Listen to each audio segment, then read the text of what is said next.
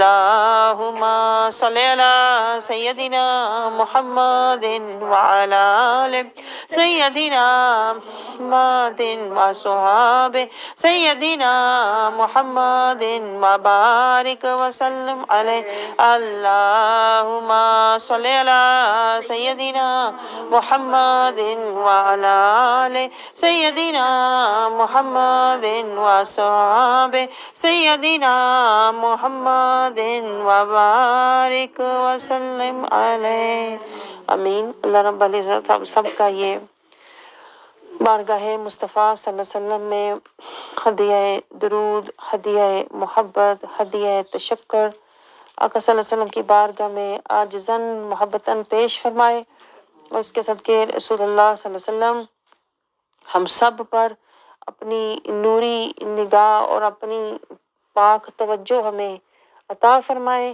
اور اس توجہ اس نگاہ کے صدقے ہم سب کو نور مصطفیٰ، محبت مصطفیٰ، اطاعت مصطفیٰ والا بنا دے، تاکہ ہماری زندگیاں رحمت مصطفیٰ کے دامن میں گزریں، اور آخرت میں اللہ رب العزت ہم سب کو شفاعت مصطفیٰ کے قابل بنا دے۔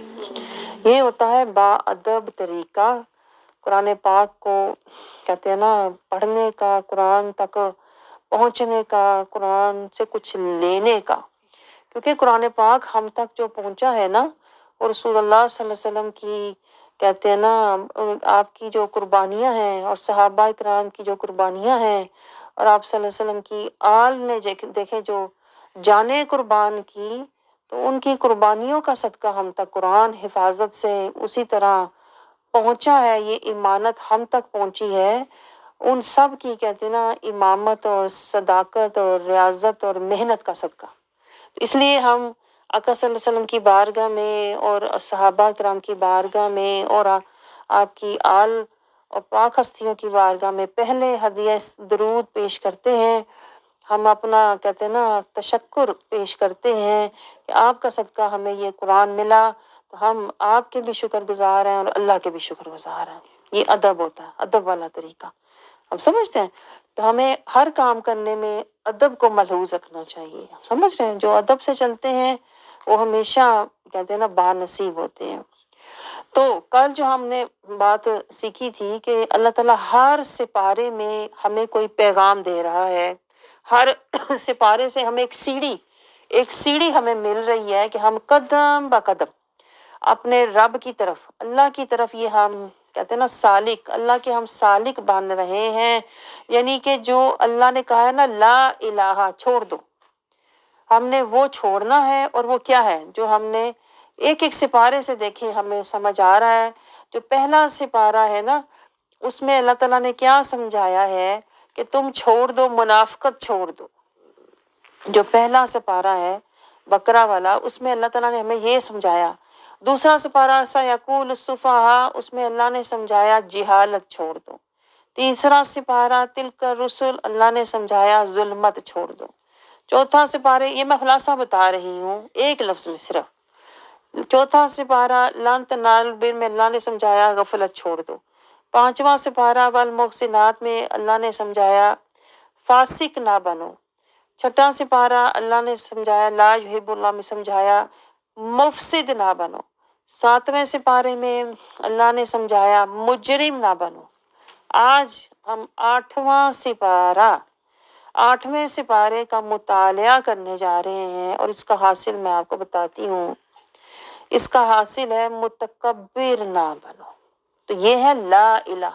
آپ سوچو ذرا، زبانی کہنا کتنا آسان ہے لا الہ، لیکن عملی طور پر آپ دیکھیں اس کے ایک ایک قدم کو سمجھنا، لا الہ میں کون کون سی چیزیں آتی ہیں، یہ چیزیں اللہ کہتا ہے چھوڑو گے تو تم لا الہ والے بنو گے، پھر آگے الا اللہ والے بنو گے، جب اور آگے ہمیں اللہ تعالیٰ کے پیغامات نظر آئیں گے، پھر محمد رسول اللہ بنو۔ تو ہم نے تو لا الہ الا اللہ کو بڑا ہی آسان سمجھ لیا ہوا ہے، ایک سیکنڈ میں کہہ کے تو ہم سمجھتے ہیں بس میرا ہو گیا لا الہ الا اللہ، کلمہ میرا ہو گیا۔ یہ ہے عملی مجاہدہ، اس کو حاصل کرنے کے لیے آپ سوچو کتنی محنت کرنی پڑتی ہے۔ لا الہ کو پہلے ڈھونڈنا، پھر اس کو چھوڑنا، پھر مجاہدہ کرنا، اس کے لیے آپ کو اسی لیے کہتے ہیں کوئی مرشد چاہیے ہے، کیونکہ خود سے دیکھو آپ کو پتہ ہے کہ اتنے سپاروں میں لا الہ ہے، پھر آگے الا اللہ ہے، پھر آگے محمد رسول اللہ ہے۔ خود سے دیکھیں ہم کتنی بار یہ سپارے پڑھ کے ہم گزر چکے ہوئے ہیں اور پڑھ کے خوش بھی ہوتے رہتے ہیں، ختم بھی کیے ہوئے ہیں، لیکن آپ مجھے بتاؤ جب ہمیں ایک سمجھ ہی نہیں آئی کہ چھوڑنا کیا تھا اور لینا کیا تھا، حاصل کیا تھا، تو وہ پڑھنا کس کام کا جس سے حاصل ہی کچھ نہیں ہوا۔ آپ کو سمجھ آ رہی ہے؟ اس لیے اللہ تعالیٰ کہتا ہے کہ اللہ کی طرف آنے کے لیے، سورۃ مائدہ میں گزرا ہے، اللہ کی طرف آنے کے لیے کوئی وسیلہ ڈھونڈو۔ آپ سمجھ رہے ہیں؟ وسیلہ کا مطلب ہوتا ہے کوئی مرشد ڈھونڈو، کوئی صحبت ڈھونڈو۔ خود سے دیکھ لیں، آپ پڑھ کے گزر بھی جائیں گے نا، تو چونکہ ہوتا کیا ہے، ہمارا دل جو ہوتا ہے غفلت، جہالت، ظلمت میں ڈوبا ہوا دل ہمارا اندھا ہوتا ہے۔ آپ سوچیں یہی سپارہ آپ پڑھتے تھے خود، آپ کو اس میں سے کچھ نظر نہیں آ رہا، آپ پڑھ کے یوں گزر گئے۔ یہی سپارہ آپ کسی استاد کے ساتھ، کسی رہبر کے ساتھ جب وہ آپ کو پڑھاتا ہے تو وہ آپ کو پھر، کیونکہ استاد کا دل جو حقیقی مرشد ہوتا ہے اس کا دل قلب بینا ہوتا ہے۔ آپ سمجھ رہے ہیں؟ ایک اندھا اور ایک بینا میں زندہ اور مردہ کا فرق ہوتا ہے۔ تو ایک جب اندھے دل والا جب کہتے ہیں نا کسی سے گزرتا ہے کسی جگہ سے تو اسے کچھ بھی نظر نہیں آتا، لیکن ایک قلب بینا والا جب گزرتا ہے تو وہ آپ کو بتاتا جاتا ہے، یہاں جیسے گزرے کسی جگہ سے تو وہ آپ کو بتائے گا یہاں درخت ہے، یہاں پہاڑ ہے، یہاں گھاس ہے، یہاں پانی ہے۔ آپ سمجھ رہے ہو؟ قلب بینا والے کو نظر آتا ہے کہ یہاں اللہ تعالیٰ کے قرآن پاک میں محبت کے مقامات ہیں، یہاں نصیحت ہے، یہاں ہدایت ہے، یہاں اللہ تعالیٰ ہمیں اپنی قربت دے رہا ہے، اس کو نظر آ رہا ہوتا ہے۔ یہ قلب بینا والے کا معاملہ۔ لیکن جس کا قلب اندھا ہوتا ہے وہ اس کی اپنی آنکھیں بند ہوتی ہیں تو وہ سارا سپارہ پڑھ کے گزر جاتا ہے، اس کو کچھ نظر ہی نہیں آتا، نہ کچھ حاصل ہوتا۔ آپ کو سمجھ آ رہی ہے؟ تو وہ اسی بات پہ خوش ہوتا رہتا ہے، میں نے پڑھ تو لیا نا، حاصل تو کچھ ہوا نہیں ہوتا کہ مجھے یہ مقامات نظر آئے تھے، مجھے یہ درجات نظر آئے تھے، مجھے یہ سودے نظر آئے تھے، میں نے یہاں سے قربت کا سودا لیا، محبت کا سودا لیا۔ اندھے کو تو کچھ نظر ہی نہیں آتا، اس لیے وہ صرف پڑھ کے گزر جاتا۔ یہ فرق میں آپ کو سمجھا رہی ہوں، ایک بینا کا اور ایک کہتے ہیں نا اندھے دل والے کا۔ تو یہ فرق ہے۔ اگر جس کا دل اندھا ہے وہ گھر بیٹھ کے قرآن کتنے ہی ختم کر لے، اسے کچھ بھی نظر نہیں آئے گا، نہ مقامات، نہ درجات، نہ نصیحتیں، نہ حکمتیں، نہ اللہ کی محبتیں، نہ قربتیں، نہ اللہ کے کوئی سودے، کچھ بھی اس کو نہ نظر آئے گا، نہ وہ کچھ لے گا۔ نظر آتا تو لیتا نا۔ آپ سمجھ رہے ہیں؟ تو اس سے آپ اندازہ کریں کہ ایک استاد کی کیا اہمیت ہوتی ہے، کہ وہ آپ کو راہبر بھی ہوتا ہے، مرشد بھی ہوتا ہے، آپ کو وہ ان مقامات کہتے ہیں نا اس کے درجات کا سودا بھی آپ کو دکھا رہا ہوتا ہے، آپ کو کہیں پہنچا رہا ہوتا ہے، کہیں لے جا رہا ہوتا ہے۔ تو اس تناظر میں آپ دیکھیں ہم نے اس سپارے کو صرف پڑھنا نہیں ہے، نہ ہم نے صرف سن کے بلا دینا ہے۔ جب آپ کسی استاد کے ساتھ بیٹھتے ہو نا تو ہم نے کچھ نہ کچھ لینا ہوتا ہے، کچھ نہ کچھ ہم نے دیکھنا ہوتا ہے، پھر اس کو ہم نے کہتے ہیں نا یاد رکھ کے اپنی زندگی کا اس کو لاہے عمل بنانا ہے کہ اپنے آپ کو میں نے اب اس رستے پر لے کر چلنا ہے، میں نے اپنی زندگی کا وہی رستہ نہیں رکھنا۔ آپ سمجھ رہے ہو؟ تو ہماری نیات کیا ہے اس خلاصہ قرآن سے؟ اور یہ بھی بات نوٹ کریں کہ یہ دورہ قرآن کا بھی خلاصہ قرآن ہے، یعنی اس سے بھی زیادہ یہ شارٹ سمری ہے، یہ بہت ہی زیادہ جسے کہتے ہیں نا مختصر طریقے سے اہم ترین مقامات میں آپ کو دکھانے کی کوشش کر رہی ہوں، تاکہ زیادہ جو کہتے ہیں نا تفصیلات میں جائے بغیر آپ کو ٹو دی پوائنٹ آپ کا سودا بس آپ کو دکھا دوں کہ یہ لے لو، یہ لے لو، یہ اچھا ہے، یہ بہتر ہے۔ تو وہ تبھی ہوگا جب آپ میرے ساتھ یہ نیات، یہ ارادے ذہن میں رکھیں گے۔ کیا ہم نے قرآن سے ہم نے قرآنی آیات کی لینی ہے یاد دہانی، احکامات میں لینی ہے روانی، دور ہمارے دلوں سے ہو سیاہی بے ایمانی، حق کی ہمیں حاصل ہو یقین دہانی، نفس اور شیطان کی کرنی ہے نافرمانی، نفس کشی کر کے ہم نے رب کی ہے مانی، مجاہدے سے حاصل کرنی ہے حیات جاودانی،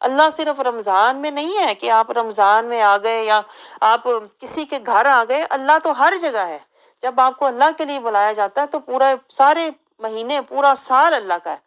آپ سمجھ رہے ہو؟ جہاں اللہ کا ذکر ہو، اگر آپ اللہ کے لیے آ کر بیٹھتے ہو تو پھر آپ کو اللہ کے لیے تو جانا چاہیے۔ رمضان کا انتظار نہیں پھر کرنا چاہیے کہ رمضان آئے گا تو میں جاؤں گی۔ رمضان میں صرف رحمان نہیں آتا، رحمان تو پورا سال ہوتا ہے۔ رحمان تو پورا سال ہمیں بلا رہا ہے، قرآن کی طرف آؤ، صراط المستقیم کی طرف آؤ، نبی کی اطاعت کی طرف آؤ، قرآن کی پیروی کی طرف آؤ۔ تو اس بات پہ ذرا غور کریں، ہم آتے کس کے لیے ہیں؟ اگر تو رحمان کے لیے آتے ہیں تو پھر تو پورا سال آنا چاہیے، تو اگر حالی رمضان کے لیے آتے ہیں تو پھر یہ وقتی آنا، مجھے بتائیں یہ وقتی آنا کس کام کا ہے؟ بتائیں۔ کیونکہ 2 منٹ آپ کہتے ہیں نا، 2 منٹ آنا، یہ وقتی آنے سے کیا آپ کی اتنی جلدی اصلاح اور اتنی جلدی آپ کو فلاح اور اتنی جلدی اللہ کی رضا نہیں ملے گی۔ یہ اتنا آسان اور اتنا سستا سودا نہیں ہے۔ اس کے لیے تو آپ سوچو، جو اولیاء کرام ہوتے ہیں، جو صالحین ہوتے ہیں، 40 سال مجاہدے کرتے ہیں، پھر کہیں جا کے انہیں کچھ حاصل ہوتا ہے، تو آپ سوچو ہم 4 ہفتے آ کر کیسے ایک دم سے اتنی جلدی کوئی منزل، کوئی مقام حاصل کر سکتے ہیں۔ آگے دیکھیں آیت 116 میں اللہ ہمیں کیا سمجھا رہا ہے۔ اکثر لوگ دیکھیں اللہ کیا کچھ بتا رہا ہے، عام لوگوں کے اللہ تعالیٰ حالات بتا، عام جو لوگ ہوتے ہیں وہ کیا کرتے ہیں، کس طرح کے ہوتے ہیں، کس طرح کی نیچر والے ہوتے ہیں۔ ایک تو اللہ نے پہلے سمجھائی کہ وہ اپنے تعلقات نبھانے کے لیے وقتی طور پر نکل آتے ہیں۔ پھر دیکھیں اب آیت 116 میں اللہ کہہ رہا ہے اکثر لوگ جو ہوتے ہیں نا، اپنے خیال اور اپنے گمان کے پیچھے ہوتے ہیں، اپنے جذبات کے پیچھے ہوتے ہیں، وہ فی سبیل اللہ کچھ بھی نہیں کر رہے ہوتے۔ جیسے خود کو اچھا لگا، جیسے آج میرا دل کیا، آج میں فارغ تھی، آج میں نے سوچا کہ آج میں چلی جاتی ہوں، آج میرا موڈ تھا۔ تو دیکھیں اللہ بتا رہا ہے اکثر لوگ اپنے خیال اور اپنے گمان، جذبات کے پیچھے چلتے ہیں، اور اپنی کہتے ہیں نا فی سبیل اللہ وہ نہیں کرتے، حق والے نہیں ہوتے، ان کی پیروی۔ اللہ کہتا ہے جو ایسے لوگ ہوتے ہیں نا، تن آسانی اور من موجی والے، جو اپنا آپ آگے رکھتے ہیں، اپنی میں کو آگے رکھ کے سارے کام کرتے ہیں نا، اللہ کہتا ہے یہ لوگ حق والے نہیں ہوتے۔ جو حق کو آگے نہ رکھے، جو حق کے لیے قربانی نہ دے، جو حق کے لیے مجاہدہ نہ کرے پورا سال، یہ حق والے کہاں ہوتے ہیں؟ یہ تو وقتی فائدے والے ہوتے ہیں۔ تو اللہ کہتا ہے ایسے لوگوں کی پیروی مت کرنا، جو اپنے ظن گمان کے پیچھے ہوتے ہیں، اپنے خیال کے پیچھے ہوتے ہیں، اپنی قیاس آرائی کے پیچھے ہوتے ہیں، اپنے خیالات کے۔ دیکھیں میں حیران ہوتی ہوں، اگر آپ قرآن کو کہتے ہیں نا صحیح طریقے سے، قرآن کا حقیقی طریقے سے مطالعہ کرو، تو ایسے لگتا ہے اللہ آپ کو ہر کسی کا حال بتا رہا ہے، کون کس حال والا ہے، کس حال سے آیا ہے، اور ہم سمجھ رہے ہوتے ہیں ہمارا حال اور ہماری نیت کسی کو پتہ نہیں۔ آپ کو حیرت ہو رہی ہے نا کہ اللہ قرآن پاک میں نیتیں بھی بتا رہا ہے۔ اللہ کہتا ہے جو لوگ اپنے خیال اور اپنے گمان اور اپنی سوچ کے تحت آتے ہیں نا، اللہ کہتا ہے یہ حق والے نہیں ہوتے، یہ فی سبیل اللہ والے نہیں ہوتے۔ آپ سمجھ رہے ہیں؟ دیکھو اللہ تعالیٰ کہہ رہے ہیں ان کے پیچھے مت چلو۔ کس کس کے پیچھے مت چلو؟ میں تو یعنی پوری میں فہرست بنا رہی تھی کہ اگر بندہ قرآن کو کہتے ہیں نا صحیح طریقے سے سمجھے تو آپ حیران ہوگے کہ قرآن کو لا الہ چھوڑتے چھوڑتے، جو اس طرح اللہ کہتا ہے ظلمت چھوڑو، غفلت چھوڑو، منافقت چھوڑو، فساد چھوڑو، تکبر چھوڑو، چھوڑتے چھوڑتے آپ کو پتہ چلے گا آپ نے کتنے ہی لوگوں کو چھوڑ دیا ہے۔ کیونکہ اکثر لوگ جو ہوتے ہیں فاسقین ہوتے ہیں، اکثر لوگ اللہ کہتا ہے ناشکرے ہیں، اکثر لوگ جو ہوتے ہیں اپنے گمان خیالات کے پیچھے، جذبات کے پیچھے ہوتے ہیں۔ تو اللہ کہتا ہے ان کی پیروی مت کرو۔ دیکھیں اللہ کتنی واضح کہہ رہا ہے بات کہ ان کے پیچھے مت جاؤ، ان سے دوستیاں اور تعلقات مت رکھو۔ اب تک دیکھیں 8ویں سپارے تک جو اللہ سمجھا رہا ہے، اللہ کہتا ہے جن لوگوں نے، یہ پیچھے آیت کل گزری تھی، جن لوگوں نے دین کو کھیل تماشا بنایا ہوا ہے نا، ان لوگوں کو چھوڑ دو، یعنی ان سے تعلقات نہ بناؤ۔ یعنی جو لوگ نہ سنت کی پرواہ کرتے ہیں، نہ شریعت کی، نہ طریقت کی، نہ اطاعت کی، نہ اللہ رسول کی محبت کی، نہ اتباع کی، جو لوگ صراط المستقیم پر نہیں چلتے، انہوں نے دین کو کھیل تماشا اللہ کہتا ہے بنایا ہوا۔ آپ سوچیں ذرا ہم کیا کر رہے ہیں۔ جن لوگوں نے دین کو کھیل تماشا بنایا ہے، اللہ کہتا ہے ان کے پیچھے نہ چلو۔ جو لوگ غفلت میں پڑے ہیں ان کے پیچھے نہ چلو، جو لوگ جہالت میں پڑے ہیں ان کے پیچھے نہ چلو، جو منافق ہیں ان کے پیچھے نہ چلو، جو اپنی خواہشات کے پیچھے چلتے ہیں ان کے پیچھے نہ چلو۔ اب یہاں اللہ کہہ رہا ہے جو اپنے جذبات کے پیچھے چلتے ہیں ان کے پیچھے نہ چلو۔ تو آپ سوچو جب آپ یہ ساری طرح کے یہ والے لوگ چھوڑ دو گے تو آپ کے پاس رہ کون جائے گا؟ آپ کو سمجھ آ رہی ہے؟ یہی تو قرآن ہے، پر یہی تو قرآن ہے۔ قرآن والے بن جاؤ کہتے ہیں نا، یا پھر دنیا کے خاندان اور ساز و سامان والے بن جاؤ۔ اللہ تو یہ سمجھا رہا ہے۔ اللہ کہتا ہے یا رحمانی سودا لے لو یا دنیاوی سودا لے لو۔ اگر دنیا کے تعلقات اور خواہشات رکھنی ہے نا تو پھر اللہ کہتا ہے تو رحمان سے اور کہتے ہیں نا آخرت سے تو اپنی آخرت نہیں پھر بنا سکتا۔ دیکھیں یہ کتنا آپ کو لگتا ہے نا مشکل کام ہے۔ اللہ تعالیٰ کہتا ہے پیچھے ان کے چلو جو رسول کی کہتے ہیں نا اطاعت کرنے والے ہیں، جو صراط المستقیم پر چلنے والے ہیں اور جو قرآن کی آیات کی پیروی کرنے والے ہیں، ان کے پیچھے چلو۔ باقی سب سے پیچھے ہٹ جاؤ، ان کے ساتھ تعلقات نہ رکھو۔ اب آپ یہ سوچ لیں، یہاں سے اپنا جائزہ لیں، ہم کن کن کے پیچھے اور ساتھ چلتے ہیں، کن کن سے ہم تعلقات رکھتے ہیں۔ اگر ہم ان لوگوں سے رکھتے ہیں جن سے اللہ منع کر رہا ہے تو پھر ہمارے پاس انعمتا علیہم کی صحبت ہے ہی نہیں۔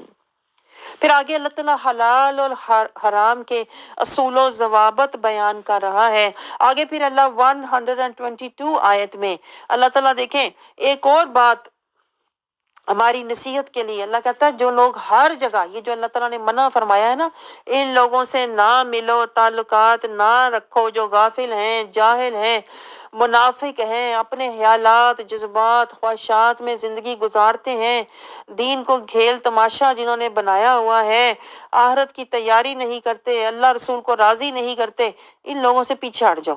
اللہ کہتا ہے پھر دیکھو یہ ایسے ہیں، بھلا وہ شخص جو مردہ تھا، آیت 122 میں اللہ کہہ رہا ہے بھلا وہ شخص من کانا میتن میتن، اللہ کہتا ہے ایک شخص جو اس طرح کی صحبتیں لے کے سنگتیں اور تعلقات میں بیٹھا ہوا تھا نا، وہ مردہ تھا۔ دیکھیں اللہ کیا کہہ رہا ہے، آپ کو تو پتہ ہی نہیں مردہ دل کیا ہوتا ہے، آپ تو سمجھتے ہیں مردہ انسان ہی ہوتا ہے۔ اللہ کی نظر میں، قرآن کی نظر میں جس کا دل مردہ ہے نا، جس کا دل مردہ ہے، پہلے تو اندھا ہے، پھر سیاہ ہے اور مردہ ہے، وہ اللہ کی نظر میں چلتا پھرتا مردہ ہے۔ اور مردہ ہر کسی کے ساتھ تعلقات بنا لیتا ہے، ہر کسی سے دوستیاں نبھا لیتا ہے۔ تو اللہ کہتا ہے 122 آیت میں بھلا وہ شخص جو مردہ تھا، من کانا میتن، اللہ کہتا ہے فَأَحْيَيْنَاهُ، اللہ نے اس کو زندہ کر دیا، اور جب وہ زندہ ہوا وَجَعَلْنَا لَهُ نُورًا يَمْشِي، اللہ کہتا ہے اللہ ہم نے اس کے لیے ایک نور اس کو دیا، اس کے دل میں ایک نور دیا، یہ قرآن کا نور دیا، قرآن سے اس کو تزکیہ، طہارت اور تقویٰ دیا، قرآن سے اس کو ہدایت دی۔ اللہ تعالیٰ کہتا ہے جب اس کے دل کو نور ملا، یمشی بہ فی الناس، پھر وہ لوگوں میں یہ نور لے کر پھرتا ہے۔ دیکھیں یہ اللہ اپنے بندوں کی نشانی بتا رہا ہے۔ حق والے ہر جگہ نہیں پھرتے، ہر ایک کے پیچھے نہیں پھرتے اور نہ ہر ایک کے لیے پھرتے ہیں۔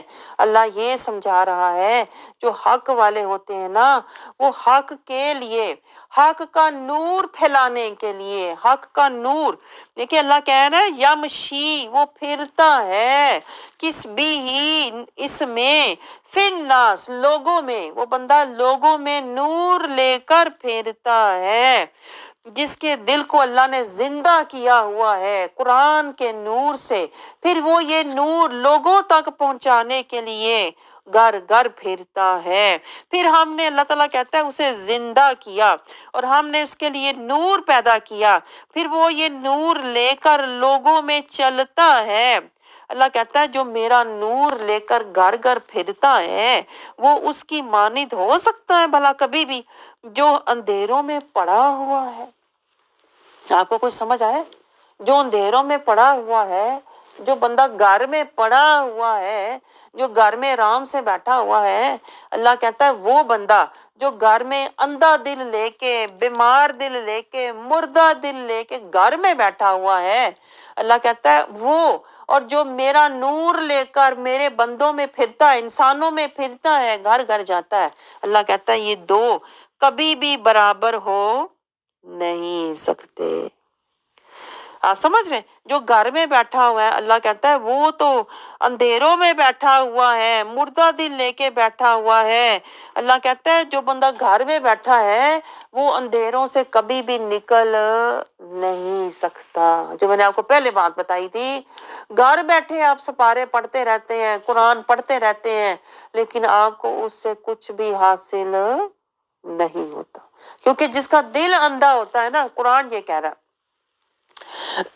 جس کا دل اندھا ہوتا ہے اسے قرآن سے نہ نظارے ملتے ہیں، نہ سہارے ملتے ہیں، نہ اشارے ملتے ہیں، اسے کچھ بھی حاصل نہیں ہوتا۔ تو یہی تو اللہ اس آیت میں ہمیں سمجھا رہا ہے۔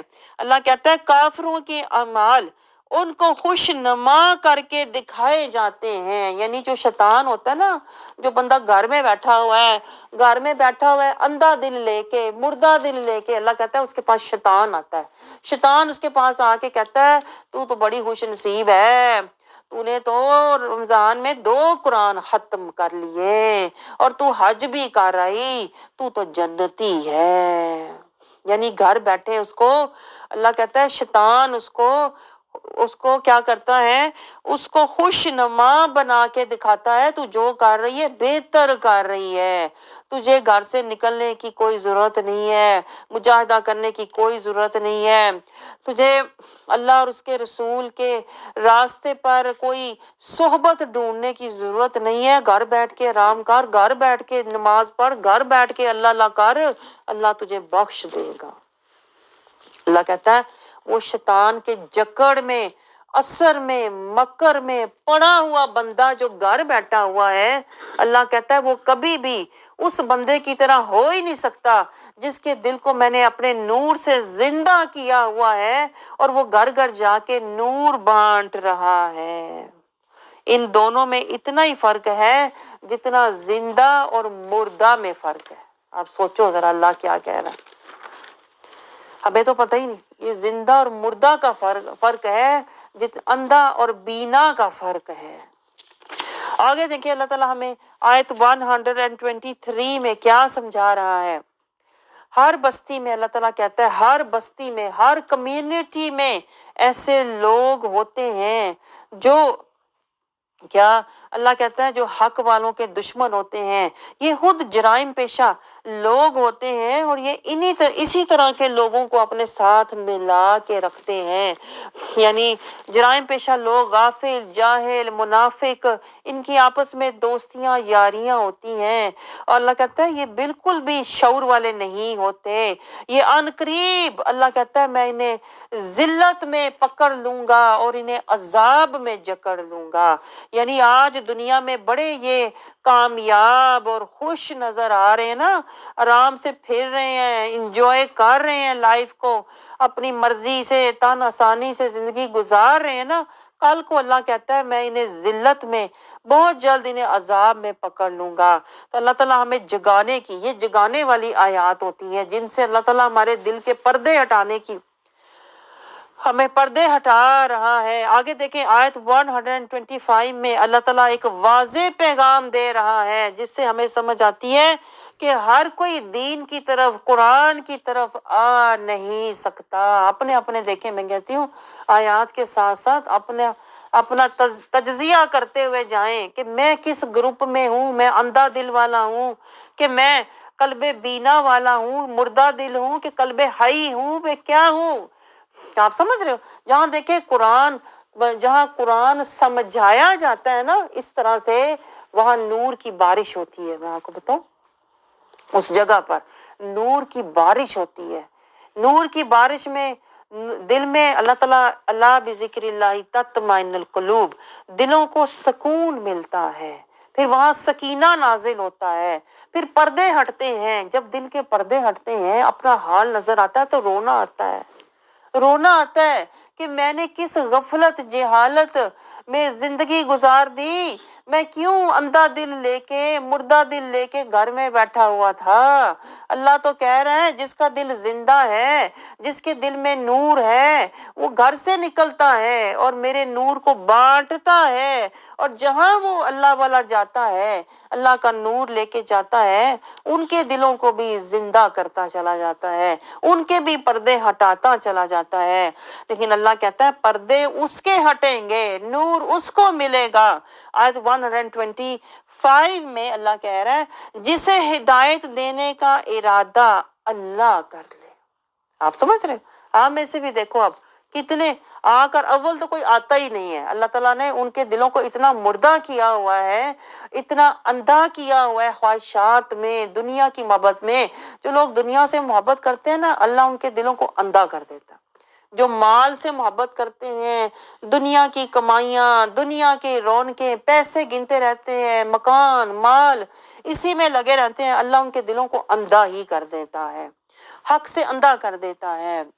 اور جو لوگ اپنی خوشیاں رونقوں میں لگے رہتے ہیں، ان کے دلوں کو اللہ اندھا کر دیتا ہے، مردہ کر دیتا ہے۔ تو پھر اللہ کہتا ہے جسے ہدایت دینے کا ارادہ اللہ کر لے۔ دیکھیں ہر کوئی آ بھی نہیں سکتا، یہ بات نوٹ کریں آپ۔ ہم چاہے لوگوں کو دعوت دیتے رہیں، جتنا مرضی ہم گروپ میں ڈالتے رہیں، آج یہاں پہ قرآن کا درس ہے آ جاؤ، اللہ کہتا ہے نہیں آ سکتا۔ اللہ کہتا ہے آئے گا وہی جسے ہدایت دینے کا ارادہ اللہ نے کیا۔ وَمَن يَشْرَحْ صَدْرَهُ لِلْإِسْلَامِ، جس کا سینہ اللہ نے کھولا ہے وہی آئے گا۔ جس کا سینہ کھلا تو وہ آیا۔ اللہ نے جس کے لیے رحمت کے دروازے کھولے تو وہ آیا، اللہ نے جنت کے دروازے کھولے تو وہ آیا، تو وہ آ کے بیٹھتا ہے۔ آپ سمجھ رہے ہو؟ یہ اللہ فیصلہ کرتا ہے میں نے کس کا سینہ کھولنا ہے، کس کو ہدایت دینی ہے۔ جس کا اللہ فیصلہ کر لیتا ہے نا، وہ اپنے گھر کے سارے کام چھوڑ دیتا ہے، وہ دنیا کی ساری خوشیاں رونقیں چاہتے مصروفیات چھوڑ دیتا ہے، وہ اپنے اللہ کہتے ہیں نا جو فیصلہ اللہ نے کیا ہوتا ہے اس کی طرف دوڑ پڑتا ہے۔ تو یہ میں آپ کو بتاؤں، یہ اللہ کا فیصلہ ہے جو آپ سب کچھ چھوڑ کر ہدایت کے لیے قرآن کے لیے آ کر بیٹھے ہیں نا۔ اللہ کہتا ہے یہ میں نے فیصلہ کیا تھا کہ میں اس کو ہدایت دوں گا، میں نے اس کا سینہ کھولا تو یہ آیا۔ تو آپ کا اس پر اللہ کا شکر بنتا ہے کہ نہیں؟ آپ کو شکر ادا کرنا چاہیے کہ یا اللہ تو نے ہماری ہدایت کا فیصلہ کیا تو ہم اپنا سب کچھ چھوڑ کر، تو نے ہمارا سینہ کھولا تو ہم ہر مصروفیت چھوڑ کر مولا تیرے قرآن کے لیے، ایمان کے لیے، فرقان کے لیے، تیری برہان کے لیے، ہم رحمان کے لیے، جنتان کے لیے آ گئے۔ آپ کو سمجھ آ رہی ہے؟ تو اللہ کہتا ہے کہ جن کی، دیکھیں اللہ ارادہ کرتا ہے، نیت کرتا ہے اور فیصلہ کرتا ہے۔ ایسے بھی لوگ ہیں جن کی گمراہی کا اللہ فیصلہ کرتا ہے کہ اس کو میں نے ہدایت کی طرف جانے ہی نہیں دینا، اللہ کہتا ہے میں اس کا سینہ تنگ کر دیتا ہوں۔ دیکھیں ایسے بھی لوگ ہیں، ایسے تو بلکہ زیادہ ہیں، جنہیں دعوت دو تو وہ آگے سے کہتے ہیں وہ میرے پاس نا ٹائم نہیں ہے، میں نا بیزی بہت ہوتی ہوں گھر میں، میرے تو نا طبیعت نہیں ٹھیک۔ وہ نا ان کا سینہ تنگ ہوتا ہے، میں آپ کو بتاؤں اصل میں ان کا سینہ تنگ ہوتا ہے، ان کے دل کے اندر قرآن کی، رحمان کی، ایمان کی کوئی جگہ ہی نہیں ہوتی، کوئی فکر ہی نہیں ہوتی، کوئی چاہت ہی نہیں ہوتی، محبت ہی نہیں ہوتی۔ محبت ہو تو سینہ کھلتا ہے، ایسی بات ہے کہ نہیں؟ محبت ہو تو دل کے اندر جوش پیدا ہوتا ہے۔ اگر سینہ تنگ ہو، بند ہو نا، تو پھر انسان کہتا ہے نہیں سے بات شروع کریں گے، میں سے شروع کریں گے، تو آپ سمجھ آیا کرو اس کا سینہ تنگ ہے۔ اللہ نے اس کی ہدایت کا فیصلہ کیا ہی نہیں، اور اسے اتنا مشکل لگتا ہے، اسے کہو نا آ جاؤ تو وہ آگے سے اتنی لمبی آپ کو سٹوری سنائے گا۔ اللہ کہتا ہے وہ ایسے بات کرے گا، لگے گا جیسے اسے آپ نے کہہ دیا بلندی پہ چڑھو، اتنا اس کو اوکھا لگتا ہے، اتنا مشکل لگتا ہے، جیسے کوئی اسے دھکے سے زبردستی اوپر چڑھنے کا کہہ رہا ہے۔ ایسے وہ آگے سے آپ کے آگے مجبوری اپنی مشکلات کا اظہار کرے گا کہ جیسے اسے کوئی مجبور کر رہا ہے کہ تو بلندی پہ اپنی مرضی کے خلاف چڑھ۔ اللہ کہتا ہے جس بندے کی یہ حالت ہوتی ہے نا، سمجھ لو اللہ نے اس کا سینہ تنگ کیا ہوا ہے اور اس کی گمراہی کا اللہ نے فیصلہ کیا ہوا ہے۔ آگے اللہ تعالیٰ دیکھیں یہی بات سمجھا رہا ہے، یہ رجس ہے، یہ جو اس کے اندر دل تنگ ہے، دل کے اندر کوئی اللہ کی رغبت نہیں، چاہت نہیں، محبت نہیں نا، اللہ کہتا ہے یہ میں نے اس کی گمراہی کا فیصلہ ایسے ہی نہیں کیا، اس کے اندر میں نے رجس دیکھی تھی، شیطانی حباست۔ رجس کا مطلب ہوتا ہے شیطانی حباست۔ دیکھیں اللہ کیا کچھ ہمیں بتا رہا ہے، آپ سوچ سکتے ہیں؟ یہ ہے اللہ لطیف خبیر۔ اللہ کہتا ہے میں تو تیرے اندر کے حال کو بھی جانتا ہوں، تو سمجھ رہا ہے میں سب کچھ چھپا کے بیٹھا ہوں؟ اس لیے دیکھیں رسول اللہ صلی اللہ علیہ وسلم کا فرمان ہے کہ مومن کی فراست سے ڈرو، مومن اللہ کے نور سے دیکھتا ہے۔ دیکھیں مومن ایسے دیکھ رہا ہوتا ہے، جب آپ انکار کر رہے ہوتے ہیں، جب آپ کہہ رہے ہوتے ہیں میں بیزی ہوں، میرے پاس کام ہے، تو جو مومن بندہ ہے جس کے پاس قرآن کا نور ہے اس کو نظر آ جاتا ہے بھئی اللہ نے تیری ہدایت کا فیصلہ کیا ہی نہیں۔ اگر اللہ نے تیری ہدایت کا فیصلہ کیا ہوتا تو دوڑ کے آتا، لپک کے آتا، بلکہ پوچھتا کہ میں نے آنا چاہتا ہوں، مجھے روز بتانا، مجھے روز یاد دلانا۔ تو مومن جو ہوتے ہیں وہ تو قرآن کے نور سے سمجھ جاتے ہیں اس کے اندر شیطانی حباست ہے، اس لیے اس کے اندر رجس ہے، اس کے اندر کہتے ہیں نا نفسانی خواہشات ہیں، اس لیے اللہ اسے اس رستے پر لانا ہی نہیں چاہتا، اس لیے اس کا دل آتا ہی نہیں ہے، اس لیے یہ دنیا کو پہلے رکھے ہوئے ہے اور آخرت کو بلائے ہوئے ہے، اس کے اندر ایمان ہے ہی نہیں، کیونکہ اللہ کہتا ہے جس کے اندر رتی بھی ایمان ہوتا ہے نا، رتی بھی ایمان ہوتا ہے، پھر اللہ اس کا سینہ کھول دیتا ہے، جس کے اندر رتی بھی ایمان ہوتا ہے نا، اللہ اس کی ہدایت کا فیصلہ فرما لیتا ہے۔ تو یہاں سے آپ دیکھیں ذرا میں کہتی ہوں کتنی ڈرنے والی بات ہے، کتنی رونے والی آیت ہے یہ، کہ جن لوگوں کو توفیق نہیں ہوتی، جن لوگوں کا دل نہیں کرتا، جن لوگوں کو فرصت نہیں ملتی، جن کے پاس ٹائم نہیں ہوتا، اصل میں ان کا حال کیا ہوتا ہے آپ سمجھ رہے ہیں؟ اس لیے آپ یقین کرو میں تو کسی کو ایک بار سے زیادہ کہتی نہیں ہوں، کیونکہ مجھے تو قرآن سے نظر آ رہا ہوتا ہے، میں اس کو 10 بار بھی کہوں نا، اگر اللہ نے اس کی ہدایت کا فیصلہ نہیں کیا ہوا تو میرے بار بار کہنے سے اللہ کا فیصلہ بدل نہیں سکتا، کیونکہ اس کے اندر رجس ہے، اس بندے کے اندر شیطانی حباست اور دنیا کی غلاظت اتنی زیادہ ہے کہ اللہ اسے ہدایت کی طرف آنے ہی نہیں دے رہا، تو پھر ہم کیا کر سکتے ہیں؟ آپ سمجھ رہے ہیں؟ اس لیے ایسے لوگوں کو صرف دعوت دے کر چھوڑ دیا کرو، آئے یا نہ آئے یہ اللہ اور بندے کا معاملہ ہے، ہم کسی کو مجبور نہیں کر سکتے۔ آگے دیکھیں آیت 126 میں اللہ تعالیٰ ہمیں کیا فرما رہا ہے، اسلام کا راستہ سیدھا راستہ ہے، اس کی آیتیں، قرآن کی آیتیں، اللہ کہتا ہے میں نے تفصیل سے ہر چیز بیان کی ہوئی ہے، لیکن آپ بتاؤ، اللہ ساتھ ہی کہہ رہا ہے اسلام کا راستہ صراط المستقیم، قرآن کی آیتیں، ان دو پر وہی چلے گا، اللہ کہتا ہے جو نصیحت لینے والا ہے۔ اب آپ سوچیں، آج ذرا سوچیں، آپ غور کریں، کیا ہم یذکرون ہیں؟ اگر ہم یذکرون ہیں، یہ پہلا قدم ہے اللہ کی طرف جانے کا، کہ آپ یذکرون بن جاؤ، ذاکرون بن جاؤ، لیکن یہ تبھی ہوگا، اللہ کہتا ہے اسلام کے راستے پر چلنے کا شوق اسی کو ہوتا ہے، اللہ کی آیات پر چلنے کا شوق اسی کو ہوتا ہے جو حقیقتاً نصیحت لینے والے ہیں۔ ہر بندہ نصیحت لینے کے لیے نہیں آتا، یہ بھی نوٹ کریں آپ۔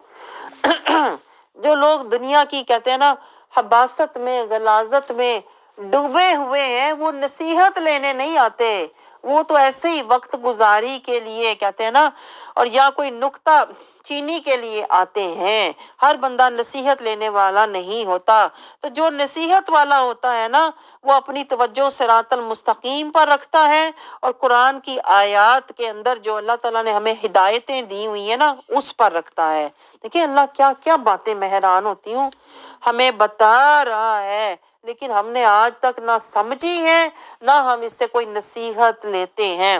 آگے دیکھیں اللہ تعالیٰ آیت 127 میں، اب یہ اہم آیات ہے، میں آپ کو بتاؤں، اس لیے خلاصہ قرآن ہونے کے باوجود میں ان آیات سے تیزی سے نہیں گزر سکتی، کیونکہ جن آیات میں ہمارے لیے کوئی نہ کوئی نقطہ ہے، نصیحت کا، تزکیہ کا، طہارت کا پہلو ہے، وہ میں آپ کے سامنے رکھتی ہوں۔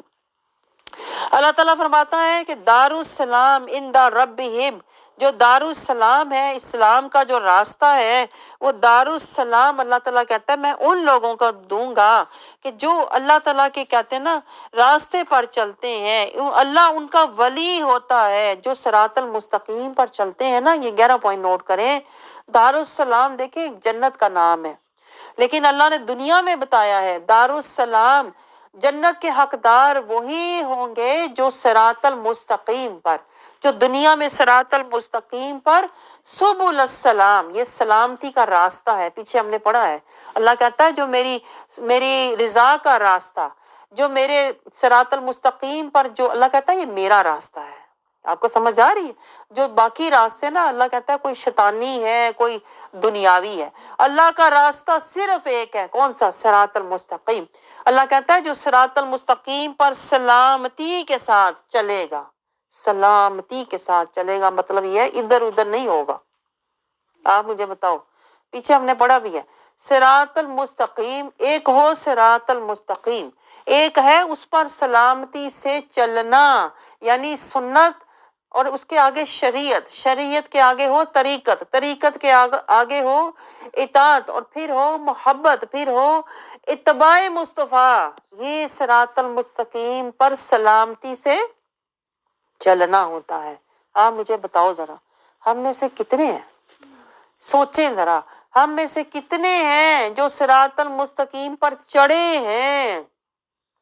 اول تو چڑھنا مشکل، کیونکہ صراط المستقیم پر شیطان چڑھا ہوا ہے، آپ کو پتہ؟ شیطان صراط المستقیم پر بیٹھا ہوا ہے۔ وہ کیوں بیٹھا ہوا ہے؟ ویلا نہیں بیٹھا تمہاری طرح، وہ کسی مقصد کے بیٹھا ہوا ہے، کسی کام کے تحت بیٹھا ہوا ہے۔ شیطان اس لیے بیٹھا ہوا ہے، اول تو میں نے کسی کو چڑھنے ہی نہیں دینا ادھر، وہ قبضہ کر کے، جسے کہتے ہیں نا وہ رکھ کے بیٹھا ہوا ہے دھیان، اول تو میں نے کسی کو چڑھنے ہی نہیں دینا، اگر کوئی چڑھ گیا تو اسے میں نے کھڑا ہی نہیں ہونے دینا، اسے میں ایسا پھسلاؤں گا، ایسا بہکاؤں گا کہ وہ بھول ہی جائے گا کہ صراط المستقیم پر میں کبھی تھا۔ آج اب سوچو، ہمیں اول تو شعور ہے ہی نہیں کہ صراط المستقیم ہے کیا۔ ایک کام ہم سنت میں کرتے ہیں، ایک قدم آگے دو پیچھے، ایک کام سنت کا کر لیں گے، پھر اس کے بعد ہمیں پتہ ہی نہیں ہوتا کہ سنت باقی کام بھی شریعت کے مطابق، طریقہ مصطفیٰ میں، اطاعت مصطفیٰ میں، محبت توڑ جانا ہے، توڑ اینڈ تک جانا ہے۔ صراط المستقیم ختم نہیں ہوتا، یہ اتباع مصطفیٰ تک جاتا ہے، پیروی مصطفیٰ تک جاتا ہے۔ آپ مجھے بتاؤ ہم کون سا کام ہے جو ہم پیروی مصطفیٰ تک کرتے ہیں؟ شروع سے لے کے اینڈ تک سنت سے شروع کرتے ہیں اور پیروی مصطفیٰ تک لے کر ہر کام نسبت مصطفیٰ، ہر کام طریقہ مصطفیٰ، ہر کام اطاعت مصطفیٰ، رضا خدا اور اتباع مصطفیٰ میں جو کرتا ہے نا، وہ صراط المستقیم والا ہوتا ہے۔ یہی میں آپ سے کہہ رہی تھی نا، اس پارے میں بہت بنیادی باتیں ہیں ہمارے لیے۔ اگر ہم صراط المستقیم پر ہی نہیں ہیں اور ہم نمازیں پڑھ رہے ہیں، دڑا دڑ نمازیں پڑھ رہے ہیں، دوڑ رہے ہیں، حج عمرے کرنے کے لیے دوڑ رہے ہیں، اور زندگی ہماری صراط المستقیم پر ہے ہی نہیں، تو پھر مجھے بتاؤ اللہ تو وہ اعمال قبول کرتا ہی نہیں ہے جو صراط المستقیم والے نہیں ہیں۔ آپ کو سمجھ آ رہی ہے؟ جو صراط المستقیم پر سلامتی سے چلتا ہے نا، وہ دارالسلام میں ہوگا، جنتوں میں ہوگا۔ پھر اللہ کہتا ہے اللہ ان کا ولی ہوتا ہے، یعنی اللہ ان کا پھر مددگار ہوتا ہے۔ آپ دیکھو صراط المستقیم پر آپ چلنے کی نیت کرتے ہیں نا اگر، تو اللہ پھر آپ کا مددگار ہو جاتا ہے۔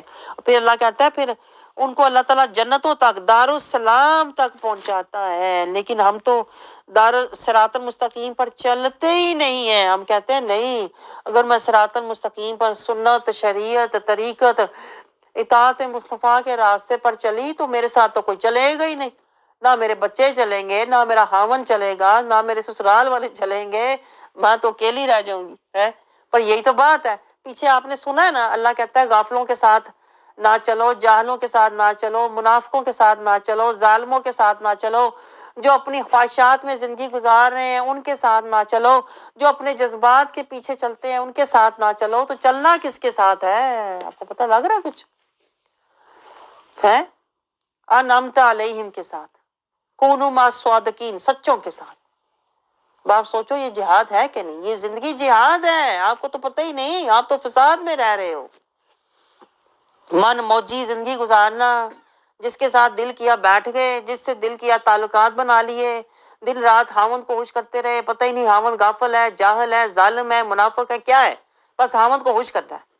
ہمیں تو پتہ ہی نہیں۔ اللہ تو کہہ رہا ہے پہلے دیکھو، ساتھ چلنے سے پہلے، کسی کے پیچھے چلنے سے پہلے، کسی کو خوش کرنے سے پہلے دیکھو کہ وہ بندہ کون ہے۔ اگر وہ غافل ہے، جاہل ہے، ظالم ہے، منافق ہے، اگر وہ اپنے جذبات اور اپنی خواہشات کا پیروکار ہے، تو نہ اس کے پیچھے چلو، نہ اس کو خوش کرو۔ ہمیں تو پتہ ہی نہیں۔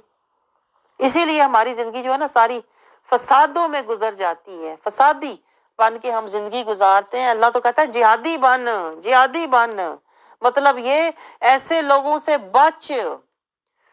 لا الہ، یہی تو لا الہ ہے۔ آپ سوچ رہے ہیں آپ نے تو لا الہ کو بڑا آسان سمجھا ہوا ہے، ادھر میں نے کہہ دیا لا الہ الا اللہ محمد رسول اللہ، بس میرا کلمہ پورا۔ آپ سوچو عملی طور پر جب آپ لا الہ کرتے ہو، غافلوں کو چھوڑتے ہو، ظالموں کو چھوڑتے ہو، منافقوں کو چھوڑتے ہو، نفس پرست لوگوں کو چھوڑتے ہو، جذبات پرست لوگوں کو چھوڑتے ہو، تو آپ کہاں کس کے ساتھ چلتے ہو پھر؟ حق والوں کے ساتھ۔ یہ جہاد ہے کہ نہیں؟ یہ بہت بڑا جہاد ہے۔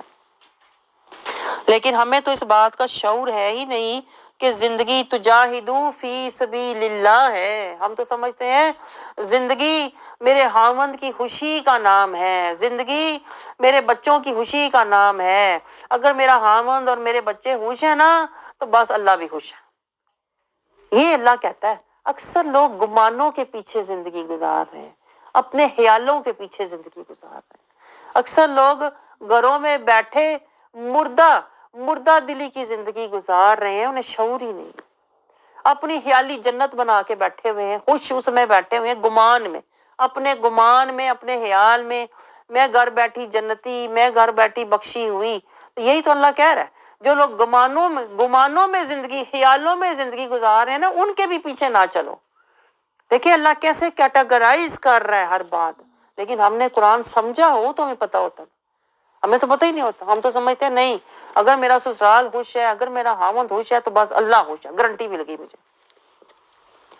تو یہی تو بات ہے قرآن کا، اس لیے کہ ہمیں شعور، ہمیں اصل میں کیا کہتے ہیں، شعوری آگاہی، ہمیں قرآن کی کوئی شعوری آگاہی اور کوئی ہمارے پاس قلبی بیداری ہے ہی نہیں، نہ ہماری زندگی کے راستے کا کوئی تعین ہے کہ صراط المستقیم پر۔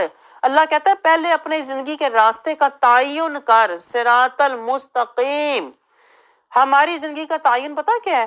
کہ میرے خاوند کی خوشی، یہ اگر میرا خاوند خوش ہے تو بس میرے دو جہاں آباد ہیں، میں خوش قسمت ہوں، میں خوش بخت ہوں، میرا نصیب اچھا ہے۔ اگر میرا خاوند خوش نہیں ہے، سسرال وال میرے نہیں خوش، بدبختی ہے بھائی، بڑا اس کا تو نصیب ہی نہیں اچھا نکلا۔ ہم اس کو نصیب سمجھتے ہیں، خاوند اور سسرال کا اچھا مل جانا ہم کہتے ہیں یہ خوش نصیبی ہے۔ لیکن قرآن ایسا نہیں کہتا۔ میں آپ کو بتاؤں، قرآن کہتا ہے اگر تجھے صراط المستقیم مل جائے، انعمت علیہم کی صحبت مل جائے، تو تو خوش نصیب ہے۔ لیکن آپ مجھے بتاؤ ہمیں یہ شعور ہے؟ اسی لیے تو قرآن کہہ رہا ہے، یہ میں آپ کو خلاصہ بتا رہی ہوں، قرآن کہہ رہا ہے گھر میں بیٹھے ہیں لوگ اندھے دل کے ساتھ، مردہ دل کے ساتھ، اپنے گمانوں میں خیالی زندگی خوشحالی والی، خوش بختی والی گزار رہے ہیں۔ جب آیا نا موت کا فرشتہ تو لگ پتہ جانا ہے کہ خوش بختی تھی یا کیا تھی۔ آگے دیکھیں اللہ تعالیٰ ہمیں کیا سمجھا رہا ہے کہ جو غافل لوگ ہوتے ہیں وہ اپنی مہلت ضائع کر رہے ہیں ظلمت میں۔ آیت 103 میں اللہ کہتا ہے جو غافل لوگ ہیں نا وہ صراط المستقیم کی کوشش نہیں کرتے، انعمت علیہم کی صحبت نہیں ڈھونڈتے، رسول کی اطاعت نہیں کرتے، قرآن کی پیروی نہیں کرتے، وہ زندگی اپنی خوشیوں میں، اپنی رونقوں میں، تعلقات میں، خاندانوں میں گزار دیتے ہیں۔ تو اللہ کہتا ہے یہ لوگ کیا کر رہے ہیں؟ اپنی مہلت کو ظلمت، جہالت اور غفلت میں ضائع کر رہے ہیں۔ یہ جنات اور انسانوں کے درمیان اللہ کہتا ہے یہ اپنی مہلت ضائع کر رہے ہیں۔ اور پھر اللہ کیا کرتا ہے؟ پھر اللہ ان کے خاندانوں میں دشمنیاں پیدا کر دیتا ہے، آپس میں ایک دوسرے کے ان کے حسد، کینہ اور بغض ہوتا ہے۔ ساری زندگی لگائی بجائی، چڑھائی اور فتنے بازی میں یہ لوگ گزار دیتے ہیں۔ فلانا خاندان میں میرا دشمن ہے، وہ میرے خلاف ہے۔ اللہ کہتا ہے پھر میں ان کو ایک دوسرے کے اوپر مسلط کر دیتا ہوں۔ پھر یہ ساری زندگی خاندانی دشمنیاں اور محبتیں اور تعلقات اور مفادات میں ہی گزار دیتے ہیں۔ یعنی جو اللہ حکم دے رہا ہے صراط المستقیم پر چلو، انعمت علیہم کی فکر کرو، اللہ کہتا ہے یہ اس کی پرواہ ہی نہیں کرتے۔ پھر ہوگا کیا؟ اللہ کہتا ہے یہ لوگ جب مریں گے نا تو یہ اپنے کافر ہونے کی خود ہی گواہی دیں گے کہ ہم نے صراط المستقیم پر زندگی نہیں گزاری، قرآن کی پیروی میں زندگی نہیں گزاری، ہم نے اللہ کو راضی کرنے میں زندگی نہیں گزاری، ہم تو خاندان کو راضی کر رہے تھے، سسرال کو راضی کر رہے تھے، ہم تو اپنی خوشیاں کی فکر میں زندگی گزار رہے تھے۔ تو اللہ کہتا ہے یہ لوگ اپنے خلاف مرتے وقت گواہی دیں گے، یعنی ان کے پاس ایمان نہیں ہوگا، مردے مر جائیں گے، مرتے وقت بھی انہیں فکر ہوگی فلانے کو اتنا دے دینا، میرا سونا میری انگوٹھی اس کو دے دینا، وہ فلانا مکان دکان فلانے کو دے دینا، اس کو نہ بتانا فلاں۔ اللہ کہتا ہے مرتے وقت بھی انہیں ایمان کا، قرآن کا اور رحمان کا ہوش نہیں ہوگا، مرتے وقت بھی انہیں دنیا کی فکریں، مال کی فکریں ہوں گی۔ آپ سمجھ رہے ہو؟ تو اللہ تو کہہ رہا ہے کہ انہیں میں نے تو آیتیں دی تھیں لیکن انہوں نے وہ لی ہی نہیں، یہ غفلت میں پڑے رہے، حالانکہ اللہ نے رسول بھیجے تھے لیکن انہوں نے غفلت سے نکلے ہی نہیں کیونکہ یہ اپنی محبت میں پڑے رہے۔ آگے آیت 132 میں دیکھیں اللہ تعالیٰ ہمیں کیا سمجھا رہا ہے۔ اس لحاظ سے اللہ کہتا ہے جو لوگ دیکھیں اللہ کے راستے میں جہاد کرتے ہیں، جیسے اللہ نے پہلے مثال دی کہ ایک شخص مردہ تھا، اللہ نے اس کو دل کو زندہ کیا، اس کے دل کو نور دیا، قرآن کا نور دیا، اور اللہ نور السماوات سے اس کے دل کو منور کیا، وہ بندہ نور لے کے پھرتا ہے، گھر گھر جاتا ہے، مجاہدہ کرتا ہے، تزکیہ طہارت اور تواصی بالحق تواصی بالصبر کرتا ہے۔ اللہ کہتا ہے کہ وہ زندہ اور مردہ برابر نہیں ہو سکتے، جو گھر بیٹھا ہوا ہے وہ مردہ ہے، جو اللہ کے راستے میں چل رہا ہے وہ زندہ ہے۔ تو اس لحاظ سے اللہ آیت 132 میں کہہ رہا ہے اعمال کے لحاظ سے لوگوں کے درجات ہوتے ہیں۔ دیکھیں ہر کسی کا عمل ایک جیسا نہیں ہوتا، گھر بیٹھا جو بندہ نماز پڑھ رہا ہے، قرآن پڑھ رہا ہے، اس کا وہ درجہ اور وہ مقام اسے نہیں ملے گا۔ جس کا دل زندہ ہے، جس کا دل نور والا ہے، جس کا قلب حی ہے اور وہ اللہ کے راستے میں مجاہدہ کر کے نماز پڑھتا ہے نا، نماز ادا کرتا ہے، اس کی نماز پھر اقیم الصلاۃ ہے۔ جو گھر بیٹھا نمازیں پڑھ رہا ہے اس کی نماز وہ صرف پڑھ ہی رہا ہے، اس کی نماز فویل للمصلین ہے۔ جو مردہ دل والا ہے نا اس کی عبادتیں بھی مردہ ہوتی ہیں، جو زندہ دل والا ہے نا اس کی عبادتیں اللہ کی بارگاہ میں اسے درجات اور مقامات عطا فرماتی ہیں۔ اور ہم کیا سمجھتے ہیں؟ ہم سمجھتے ہیں سب کے ایک جیسے ہیں، سب کے اعمال بھی ایک جیسے ہیں، سب کے درجات بھی ایک جیسے ہیں۔ اللہ کہتا ہے نہیں، اعمال کے لحاظ سے اور حال کے لحاظ سے درجات میں فرق آ جاتا ہے۔ آپ سمجھ رہے ہو؟ جیسے میں آپ کو قرآن کی مثال دے رہی تھی، یہی قرآن ایک ظالم پڑھتا ہے تو وہ خسارہ لے کے آتا ہے، یہی قرآن ایک مومن پڑھتا ہے تو وہ اللہ کا نظارہ لے کے واپس آتا ہے۔ تو فرق آ گیا نا؟ تو یہ اللہ کہہ رہا ہے کہ اعمال کے لحاظ سے درجات میں بھی فرق ہوتا ہے، اور یہ فرق تو دیکھیں انبیاء کا بھی اللہ نے رکھا ہوا ہے، فضلنا بعضهم علی بعض۔ اللہ کہتا ہے انبیاء کو بھی میں نے فضیلت دی ہوئی ہے ان کے درجات کے لحاظ سے۔ اسی طرح دیکھیں جو برے لوگ ہوتے ہیں نا ان کے بھی اللہ تعالیٰ کہتا ہے طبقات ہیں۔ جو لوگ غافل ہیں، ظالم ہیں، جاہل ہیں، منافق ہیں، ان کے بھی اللہ کہتا ہے ان کے بھی جہنم کے درجات طبقات ہوں گے۔ کسی کے لیے عذاب علیم ہے، کسی کے لیے عذاب عظیم ہے، کسی کے لیے عذاب الحریق ہے۔ تو جس طرح کی حرکتیں کی ہوں گی اس طرح کے اللہ تعالیٰ کہتا ہے عذاب دوں گا۔ اسی طرح جس بندے نے جس طرح کا مجاہدہ کیا ہوگا اس کو اس طرح کے درجات دوں گا۔ آپ کو سمجھ آ رہی ہے؟ آگے آیت 134 35 میں اللہ تعالیٰ ہمیں کیا سمجھا رہا ہے؟ ظالموں کو، جو ظالم لوگ ہوتے ہیں نا، اللہ کہتا ہے وہ کبھی کامیاب نہیں ہوں گے۔ دنیا میں بھلے ظالم کامیاب نظر آتے ہیں کہ وہ دنیا کمانے کے پیچھے لگے ہوتے ہیں۔ ظالم کہتے کسے ہیں؟ جو اللہ کی حد سے باہر نکل جائے، جو کہتے ہیں نا اپنے مفاد کے لیے، اپنے فائدے کے لیے آتا ہے، تن آسانی من موجی زندگی گزارتا ہے، جہاں اسے اپنی خوشی اور کہتے ہیں نا اپنا ملے، مال فائدہ ملے، وہاں جاتا ہے۔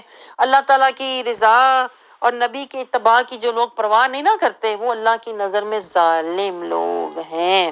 تو اللہ کہتا ہے ظالموں کو دنیا میں تو کامیابی مل سکتی ہے کیونکہ وہ دنیا کے پیچھے لگے ہوئے ہیں، جتے ہوئے ہیں، لیکن آخرت میں کبھی بھی ان کو فلاح نہیں ملے گی۔ تو جسے فلاح نہیں ملے گی اسے اللہ کی رضا بھی نہیں ملے گی۔ تو اس لیے اللہ کہہ رہا ہے کہ اپنا اپنا عمل کیے جاؤ۔ ظالم اپنا عمل کر رہے ہیں اور جو اللہ کی طرف عالم ہیں وہ اپنا عمل کر رہے ہیں۔ آخر میں ہوگا کیا؟ سب کو اس کے اعمال کی اللہ کہتا ہے میں جزا اس کے مطابق دے دوں گا۔ آگے دیکھیں اللہ تعالیٰ کیا کہہ رہا ہے، ہمیں سمجھا رہا ہے۔ بہت سے لوگ ہوتے ہیں من گھڑت باتوں کے پیچھے جاتے ہیں اور انہوں نے اپنی رسمیں رواج خود بنائے ہوتے ہیں۔ آج دیکھیں کتنے لوگ ہیں ہمارے ہاں یہ رواج ہے جی، ہمارے ہاں تیل مہندی پورا ہفتہ ہوتی رہتی ہے، ہمارے ہاں ڈھولکی کا رواج، ہم تو مہینہ ڈھولکی کرتے رہتے ہیں۔ آپ سمجھ رہے؟ تو جو لوگ اس طرح کے من گھڑت رسم و رواج، جس کا قرآن سے کوئی تعلق نہیں، وہ من گھڑت ہوتا ہے نا، تو اس کو اللہ تعالیٰ کہہ رہا ہے جو لوگ من گھڑت رسم و رواج کے پیچھے جاتے ہیں یا اور اپنی اولادوں کے ساتھ بدسلوکی کرتے ہیں، ان کے حقوق ادا نہیں کرتے، ان کی تربیت اور پرورش نہیں کرتے، اپنے پاس سے انہوں نے اپنی مرضی کے اصول بنائے ہوتے ہیں، اپنی آسانی کے انہوں نے ضابطے بنائے ہوتے ہیں، یہ لوگ پھر اللہ کہتا ہے ہر طرف جانوروں کے ساتھ بھی ان کا یہی ہوتا ہے۔ جانوروں کے ساتھ بھی کہتے ہیں نا انہوں نے اپنی رسمیں بنائی ہوئی تھیں، کسی کو کہتے تھے وہ اب اس کے اوپر سواری کرنی ہے، کسی کے اوپر نہیں کرنی۔ اللہ کہتا ہے اس طرح کے لوگ جو اپنے گمان کے پیچھے چلتے ہیں، رسم و رواج کے پیچھے چلتے ہیں، یہ اپنے پاس سے بہتان بازی اللہ پر بھی لگاتے ہیں۔ اللہ نے کہا، یہ اللہ کا حکم ہے کہ مل کے چلو، مل کے رہو، یعنی غافلوں کے ساتھ، جاہلوں کے ساتھ، منافقوں کے ساتھ، خاندان کے ساتھ چلو، یہ اللہ کا حکم ہے کہ رشتے نہیں چھوڑنے، خونی رشتے نہیں چھوڑنے، اپنے پاس سے اصول بنا لیتے ہیں اکثر لوگ۔ یعنی اللہ نے تو یہ کہا ہی نہیں کہ غافلوں، جاہلوں، منافقوں، ظالموں کے ساتھ بیٹھو، لیکن جو اس طرح کے لوگ ہوتے ہیں نا وہ اپنے اصول اور ضابطے خود ہی بنا لیتے ہیں کہ اللہ نے تو کہا ہے خونی رشتے نبھاؤ، لیکن خونی رشتے نبھانے کے لیے جو اللہ نے اصول و ضوابط رکھے ہیں، قوانین اور شرائط رکھی ہیں کہ رشتہ وہ ہے جو شریعت کا تابع ہے۔ آپ سمجھ رہے ہو؟ جو شریعت کا تابع دار ہے وہ تمہارا رشتہ دار ہے۔ آپ سمجھ رہے ہیں؟ جو صراط المستقیم پر چل رہا ہے وہ اس کے ساتھ چلو، لیکن اکثر لوگ ان باتوں کو سمجھتے نہیں ہیں۔ تو اللہ کہتا ہے ایسے لوگ جو ہوتے ہیں وہ شیطانی وسوسات اور رسومات کے پیچھے کی پیروی کر رہے ہیں، خود سے ہی حلال حرام کے اصول و ضوابط بناتے ہیں۔ ان کے پاس کوئی علمی دلیل نہیں ہوتی، کوئی قرآنی ریفرنس نہیں ان کے پاس ہوتا، بس یہ اپنے پاس سے چیزیں گڑھ لیتے ہیں اپنی خوشیوں کے لیے، اپنی رونقیں قائم رکھنے کے لیے۔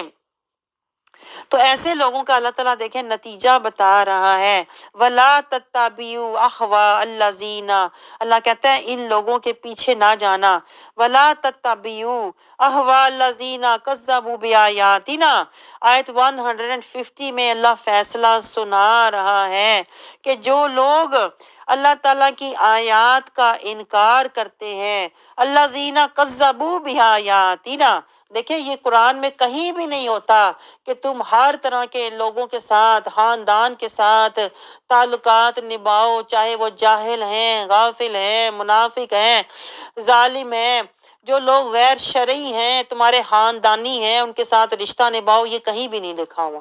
نہ اللہ قرآن میں یہ کہتا ہے کہ خاوند کی ہر طریقے سے خاوند کو خوش رکھو، بھلے تمہارا خاوند شریعت کے خلاف کام کر رہا ہے، بھلے تمہارا خاوند اللہ اور اس کے رسول کا باغی ہے، ہر طریقے سے اس کو راضی کرو، یہ قرآن میں کہیں بھی نہیں۔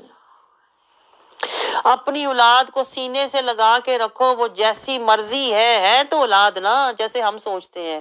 تو کیا ہمارے سامنے نوح علیہ السلام کی مثال نہیں ہے؟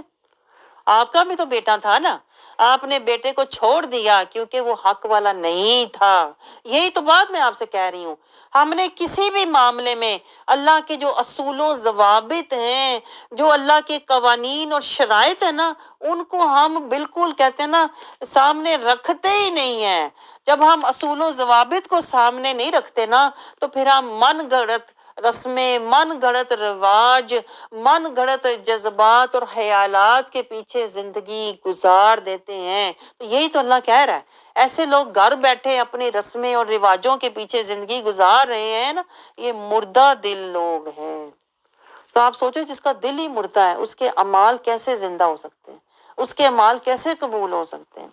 یہی تو سوچنے کی باتیں ہیں۔ آیت 150 میں دیکھیں اللہ نتیجہ سنا رہا ہے کہ ایسے لوگوں کے پیچھے نہ چلو، وَلَا تَتَّبِعُوا أَخْوَاءَ الَّذِينَ، اللہ کہتا ہے ان کو بھی چھوڑ دو۔ آپ نے دیکھا لا الہ، کس کس کو چھوڑنا ہے؟ ہمیں تو پتہ ہی نہیں کس کس کو چھوڑنا ہے۔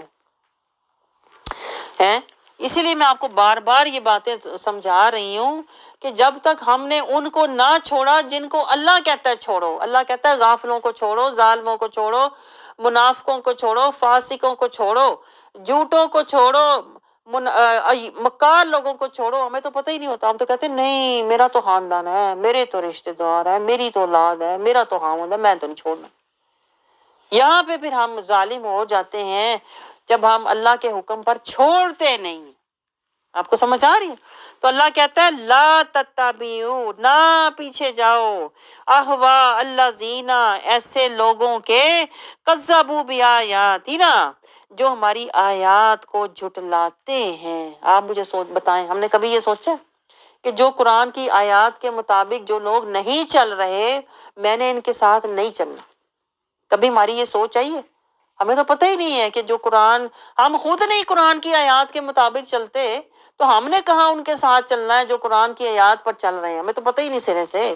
ہم تو آزادانہ زندگی، مستانہ زندگی ہم تو بڑی گزار رہے ہیں، خوشیوں بھری۔ آپ کو سمجھ آ رہی ہے؟ ہمیں تو پتہ ہی نہیں، حدود قیود اللہ کے اصول و ضوابط کا پتہ ہی نہیں ہے، اس لیے ہم گھر بیٹھے خوش آرام میں زندگی گزار رہے ہیں۔ اللہ تو کہتا ہے ایسے لوگوں کے ساتھ نہ چلو۔ دیکھیں باقاعدہ اللہ کے الفاظ ہیں، میں خود سے نہیں کہہ رہی، اللہ کے الفاظ ہیں۔ اللہ کہتا ہے وَلَا تَتَّبِعُوا، نہ ان کے پیچھے جاؤ، نہ ان کی پیروی کرو، نہ ان کی صحبت میں بیٹھو، احوا الذین، ایسے لوگوں کی جو اپنی خواہشات کے پیروکار ہیں، کذبوا بآیاتنا، جو اللہ کہتا ہے میری آیات کو جھٹلاتے ہیں، نہیں مانتے ہماری آیات کی، اللہ کی آیات کی جو پیروی نہیں کرتے، والذین لا یؤمنون بالآخرہ، اللہ کہتا ہے جو لوگ آخرت پر ایمان نہیں لاتے نا ان کے ساتھ نہ بیٹھو، جو قرآن کی آیات کی پیروی نہیں کرتے نا ان کے ساتھ نہ بیٹھو، ان کی پیروی نہ کرو۔ آپ مجھے بتاؤ ہمیں یہ شعور ہے؟ ہمیں تو پتہ ہی نہیں ہے۔ اللہ کہتا ہے یہ وہ لوگ ہیں وَهُمْ بِرَبِّهِمْ يَعْدِلُونَ، جو اللہ کے ساتھ شریک ٹھہراتے ہیں۔ یہ کون لوگ ہیں؟ دیکھیں اللہ نے کتنا ان کو گھٹیا درجہ دیا ہے۔ یہ لوگ اللہ کے ساتھ شریک ٹھہرانے والے ہیں، جو اللہ کی آیات کی پیروی نہیں کرتے، اپنی نفس کی پیروی کرتے ہیں، جو لوگ اپنی خواہشات کی پیروی کر، نفس پرست جو لوگ ہیں نا، اللہ کہتا ہے جو لوگ نفس پرست ہیں اور میری آیات کو جھٹلاتے ہیں نا، ان کا اصل میں آخرت پر کوئی یقین نہیں ہے۔ دیکھیں ہم زبانی یقین والے بن کے بیٹھے ہوئے ہیں، ہمیں پتہ ہے مرنا ہے، پتہ ہے مر کے اللہ کے پاس جانا ہے، تو اللہ کہتا ہے جو لوگ میری آیات کی پیروی نہیں کرتے نا ان کا آخرت پر کوئی یقین نہیں ہے، صرف باتیں اور دعوے کر رہے ہیں۔ دعوے کرنے والے، باتیں کرنے والے لوگ جو ہے نا، یہ کسی کھاتے میں نہیں آتے، کسی درجے میں نہیں آتے۔ اللہ تو انہیں کہہ رہا ہے یہ لوگ تو اللہ کے ساتھ اصل میں شریک ٹھہرانے والے ہیں، یعنی نفس پرست ہیں، خواہش پرست لوگ ہیں، یہ اپنی خواہشات کے لیے اللہ کی آیات کو چھوڑ دیتے ہیں۔ آپ سوچیں ذرا آج ہمارا یہ حال ہے کہ نہیں ویسے؟ اسی لیے تو آج ہماری نمازیں جو ہے نا، ہماری عبادتیں، میں آپ کو بتاؤں، ہماری عبادتیں بے خشیت، بے حضوری، بے کیفیت ہیں۔ ہم صرف نمازیں پڑھ رہے ہیں، قائم نہیں کر رہے۔ ہماری نمازیں قائم کیوں نہیں ہیں؟ کیونکہ جو اللہ کی آیات ہیں، ہم اللہ کی آیات کو ہی قائم نہیں کرتے۔ جب ہم اللہ کی آیات پر عمل نہیں کرتے تو آپ مجھے بتاؤ ہم کبھی بھی عبادت کا درجہ حاصل کر نہیں سکتے۔ آپ کو سمجھ آ رہی ہے؟ یہ ہے شیطان کا مکر۔ شیطان کہتا ہے اللہ کی آیات کی پیروی نہ کر، شیطان کہتا ہے میری پیروی کر۔ شیطان بڑا سستا سودا، بڑا خوش نما سودا دیتا ہے۔ شیطان کہتا ہے میرے ساتھ چل، رونقیں ملیں گی، خوشیاں ملیں گی، پیار ملے گا، خاوند کی مان پیار ملے گا، سسرال کو خوش کر، ساری تیری تعریفیں کریں گے، میرے پیچھے چل۔ یہ شیطان کا سودا، میں تو پتہ ہی نہیں میں نے شیطان کا سودا لیا ہوا ہے، رحمان کا نہیں لیا۔ رحمان کا سودا تو شیطان کہتا ہے کیسے کرے گی، شیطان ڈراتا ہے کیسے کرے گی۔ غافلوں کے ساتھ، دیکھو تو رحمان کیا کہہ رہا ہے، غافلوں کے ساتھ نہ بیٹھو، جالوں کے ساتھ نہ بیٹھو، منافقوں کے ساتھ نہ بیٹھو، فسادیوں کے ساتھ نہ۔ تو بیٹھنا کہاں ہے؟ شیطان کہتا ہے تو بیٹھے گا کہاں، تو جائے گا کہاں، تو نے دنیا میں رہنا نہیں ہے، ہیں؟ تجھے تعلقات نہیں چاہیے، تجھے خاندان نہیں چاہیے، تجھے اولاد نہیں چاہیے۔ شیطان ڈراتا ہے۔ شیطان کہتا ہے اللہ کی نہ مان، بڑا مشکل ہے، اکیلی رہ جائے گی، سب تجھے برا کہیں گے، سب کہیں گے اے ہی کلی چنگی ہے جس کے ساتھ ہے ہی کوئی نہیں۔ شیطان ڈراتا ہے، خوف زدہ کرتا ہے۔ شیطان کہتا ہے رحمان کا سودا نہ لے، میرا سودا لے، دیکھ میرے سودے میں کتنی رونقیں ہیں، میری مانے گی نا، خاوند بھی خوش رہے گا، خاندان بھی خوش رہے گا، اولاد بھی خوش رہے گی، رونقیں لگی رہیں گی، گھر سجا رہے گا، بھرا رہے گا، میری مان۔ لیکن میں آپ کو بتاؤں یہ تو بڑا ہی اللہ کہتا ہے برا سودا ہے، یہ دکھاوے کا سودا ہے، یہ وقتی سودا ہے، یہ فنا کا سودا ہے۔ یہی تو شیطان کا دھوکہ ہے جو اکثر ہم لوگ سارے، میں آپ کو بتاؤں ہم نے دھوکے کا سودا لیا۔ آپ سمجھ رہے ہیں؟ ہم سمجھ رہے ہوتے ہیں میں فنا کے پیچھے لگ جاؤں گا تو میں خوش رہوں گا، بچ جاؤں گا۔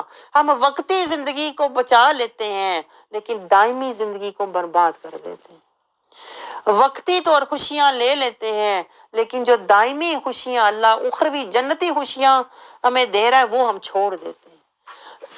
ہم شیطان کے دھوکے میں آ جاتے ہیں۔ تو دیکھیں اللہ فیصلہ، میں کہتی ہوں آپ ان آیتوں کو ذرا دیکھا کریں، یہ نتیجہ ہے جو اللہ دنیا میں ہمیں سنا رہا ہے۔ اللہ کہتا ہے جو میری آیات کو جھٹلا رہے ہیں، یعنی جو اللہ کی آیات پر عمل نہیں کر رہے، جیسے اللہ نے منع کیا ان کے ساتھ نہ بیٹھو، ان کے پیچھے نہ جاؤ، ہم پھر بھی ساتھ بیٹھتے ہیں، ہم پھر بھی ان کے پیچھے لگتے ہیں، کیونکہ ہمارے خاندان میں ہیں، یہ ہماری اولادیں ہیں، یہ ہماری کہتے ہیں نا رونقیں، خوشیاں ہیں، ہم کہتے ہیں ہم نے نہیں چھوڑنا۔ اللہ کہتا ہے جو لوگ اپنی مرضی کے تعلقات اور اپنے جذبات اور اپنی خواہشات اور اپنے مفادات کے پیچھے جاتے ہیں نا، اللہ تعالیٰ ان کا نتیجہ بتا رہا ہے، یہ وہ لوگ ہیں کذبوا بآیاتنا۔ اللہ کہتا ہے انہوں نے میری آیات کو جھٹلایا ہوا ہے، نہیں مانا نا، جو اللہ نے حدود قیود مقرر کی تھی ان کو نہیں مانا نا۔ اللہ کہتا ہے والذین لا یؤمنون بالآخرہ، یہ وہ لوگ ہیں ان کا آخرت پر بھی ایمان نہیں ہے۔ اگر ان کا آخرت پر ایمان ہوتا نا تو یہ اللہ کی مانتے، یہ اللہ کی حدود قیود اور آیات کے مطابق زندگی گزارتے۔ اور جس کا آخرت پر ایمان ہوتا ہے اس کی سب سے بڑی نشانی میں آپ کو بتاؤں، وہ اسوہ حسنہ مصطفیٰ کی پیروی میں پیرو پیر ان کا پیروکار بن کے زندگی گزارتا ہے، جس کا آخرت پر ایمان ہے۔ اب آپ اس سے سوچو، زبانی تو ہم بھی کہتے ہیں ہمارا آخرت پر ایمان ہے، لیکن کیا ہم قرآن کی آیات کی پیروی کرتے ہیں؟ کیا ہم رسول اللہ صلی اللہ علیہ وسلم کے اسوہ حسنہ کی پیروی میں زندگی گزار رہے ہیں؟ اور اگر نہیں ہے نا تو اللہ کا یہ فیصلہ پھر سن لو، یہ لاگو ہوتا ہے پھر آپ پر۔ اللہ کہتا ہے ان لوگوں کا نہ آخرت پر ایمان ہے، اور یہ لوگ اصل میں انہوں نے اللہ کے ساتھ شریک ٹھہرایا ہوا ہے۔ کس کو؟ اپنی خوشیوں کو، اپنے نفس کو شریک ٹھہرایا ہوا ہے۔ تو آپ سوچو ان لوگوں کا حشر کیا ہوگا پھر۔ مسلمان ہو کے بھی جو منافق ہوتے ہیں۔ آگے دیکھیں اللہ تعالیٰ 151 آیت میں اللہ تعالیٰ نے حرام کی فہرست جاری کی ہے، کیونکہ دیکھیں کتنے لوگ ہیں جو حرام حلال مکس کر دیتے ہیں۔ اللہ نے کیا کہا؟ وَلَا تَلْبِسُوا الْحَقَّ بِالْبَاطِلِ، حق کو باطل سے نہ ملاؤ، حرام کو حلال سے نہ ملاؤ۔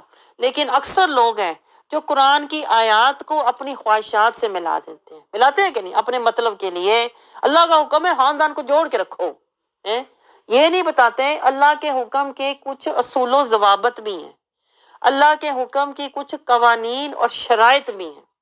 آپ سمجھ رہے ہیں؟ اس کے مطابق وہ کام کرتے ہیں۔ اللہ کا حکم ایسا نہیں ہے کہ اس کی کوئی حدود و قیود ہی نہیں ہے۔ تو یہ اللہ بتا رہا ہے کہ ایسے لوگوں نے جو دین میں غلط فہمیاں پیدا کی ہوئی ہیں نا، دیکھیں آج تک ہم بھی غلط فہمیوں کا شکار ہیں۔ میں آپ کو بتاؤں، ہمیں تو صراط المستقیم کا ہی سرے سے پتہ نہیں ہے کہ صراط المستقیم کیا ہے۔ میں آپ کو بتاؤں، ہم صراط المستقیم والے اعمال تو کرتے ہیں، نماز روزہ حج زکوٰۃ کرنے کی کوشش کرتے ہیں، ہم خود صراط المستقیم پر نہیں چلتے۔ گہری بات نوٹ کریں میں نے کیا آپ کو بتائی ہے۔ ہم صراط المستقیم والے اعمال کرتے ہیں لیکن صراط المستقیم پر خود نہیں چلتے، جس کی وجہ سے ہوتا کیا ہے؟ ہمارے اعمال بھی درے کے درے رہ جاتے ہیں۔ لیکن اللہ اب یہ واضح سمجھا رہا ہے کہ مجھے صراط المستقیم کے اعمال سے پہلے تیرا صراط المستقیم والا حال بھی چاہیے۔ یہ آپ نوٹ کریں ذرا گہرا پوائنٹ۔ اگر حال تیرا صراط المستقیم والا نہیں ہے نا، تو تیرے اعمال جو صراط المستقیم والے تو کر رہا ہے نا، وہ اللہ نے لینے ہی نہیں ہے، قبول کرنے ہی نہیں ہے، کیونکہ اللہ پہلے حال کو دیکھتا ہے۔